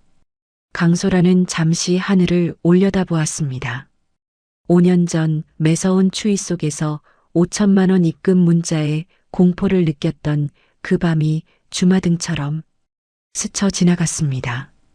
그때는 세상이 온통적이고 그 돈이 자신을 파멸시킬 덫이라고 생각했습니다. 하지만 그것은 신이 보낸 구원의 밧줄이었고 오세영이라는 사람의 뼈저린 진심이었습니다. 엄마, 아빠, 보고 계시죠? 저 아주 잘하고 있어요. 그리고 저한테도 진짜 가족이 생겼어요. 강소라의 눈가가 촉촉해졌습니다. 벚꽃잎 하나가 그녀의 어깨에 살포시 내려앉았습니다. 오태성이 소라의 어깨를 툭 치며 장난스럽게 말했습니다. 야, 오소라. 감상에 젖을 시간 없다. 팥 떨어졌어. 반죽 더 가져와. 아, 진짜. 오빠가 좀 가져오면 안 돼? 내가? 회장이? 회장이면 뭐? 소라, 삼촌한테 주전자 좀 갖다 드려라. 응, 삼촌 여기. 소리가 주전자를 낑낑대며 들고 오자 오태성이 아이고 상전이 따로 없네 하며 받아들었습니다. 오세영 명예회장이 그 모습을 보며 껄껄 웃음을 터뜨렸습니다. 그 웃음소리가 봄바람을 타고 멀리 퍼져나갔습니다. 가족이란 피를 나눈 사이가 아니라 서로의 체온을 나누며 가장 추운 날을 함께 버티는 사람들일 것입니다. 5천만 원이라는 차가운 돈으로 시작되었지만 이제는 세상 그 무엇보다 뜨거운 붕어빵 같은 사랑으로 완성된 이들의 이야기. 차가운 세상 어딘가에서 떨고 있을 당신에게도 이 따뜻한 기적이 찾아오기를 바라며 황금빛 붕어빵 트럭은 오늘도 힘차게 돌아갑니다. 오늘 들려드린 이야기는 여기까지입니다. 차가운 겨울밤, 낡은 붕어빵 트럭에서 시작된 소라와 오 회장의 인연이 따뜻한 봄날의 벚꽃처럼 아름답게 막을 내렸습니다. 5천만 원이라는 차가운 숫자보다 더 가치 있었던 것은 결국 서로의 언손을 잡아주던 진심이라는 온기였습니다. 피 한 방울 섞이지 않았어도 서로를 지키려는 마음만 있다면 우리는 누구나 진짜 가족이 될 수 있다는 것을 이 이야기가 보여주었습니다. 세상이 아무리 춥고 매서워도 붕어빵을 반으로 나눠 먹으며 서로를 위로할 사람 한 명만 있다면 우리는 그 겨울을 견뎌낼 수 있습니다. 오늘 들려드린 이야기가 여러분의 지친 마음에 갓 구운 붕어빵처럼 따뜻하고 달콤한 위로가 되었기를 바랍니다. 지금 곁에 있는 소중한 사람들에게 사랑한다, 고맙다는 따뜻한 말 한마디 건네보는 건 어떨까요? 그 작은 온기가 여러분의 삶에 또 다른 기적을 불러올지도 모르니까요. 이야기를 끝까지 들어주신 분이 계시다면 잘 들었다고 댓글 하나만 남겨주세요. 감사합니다.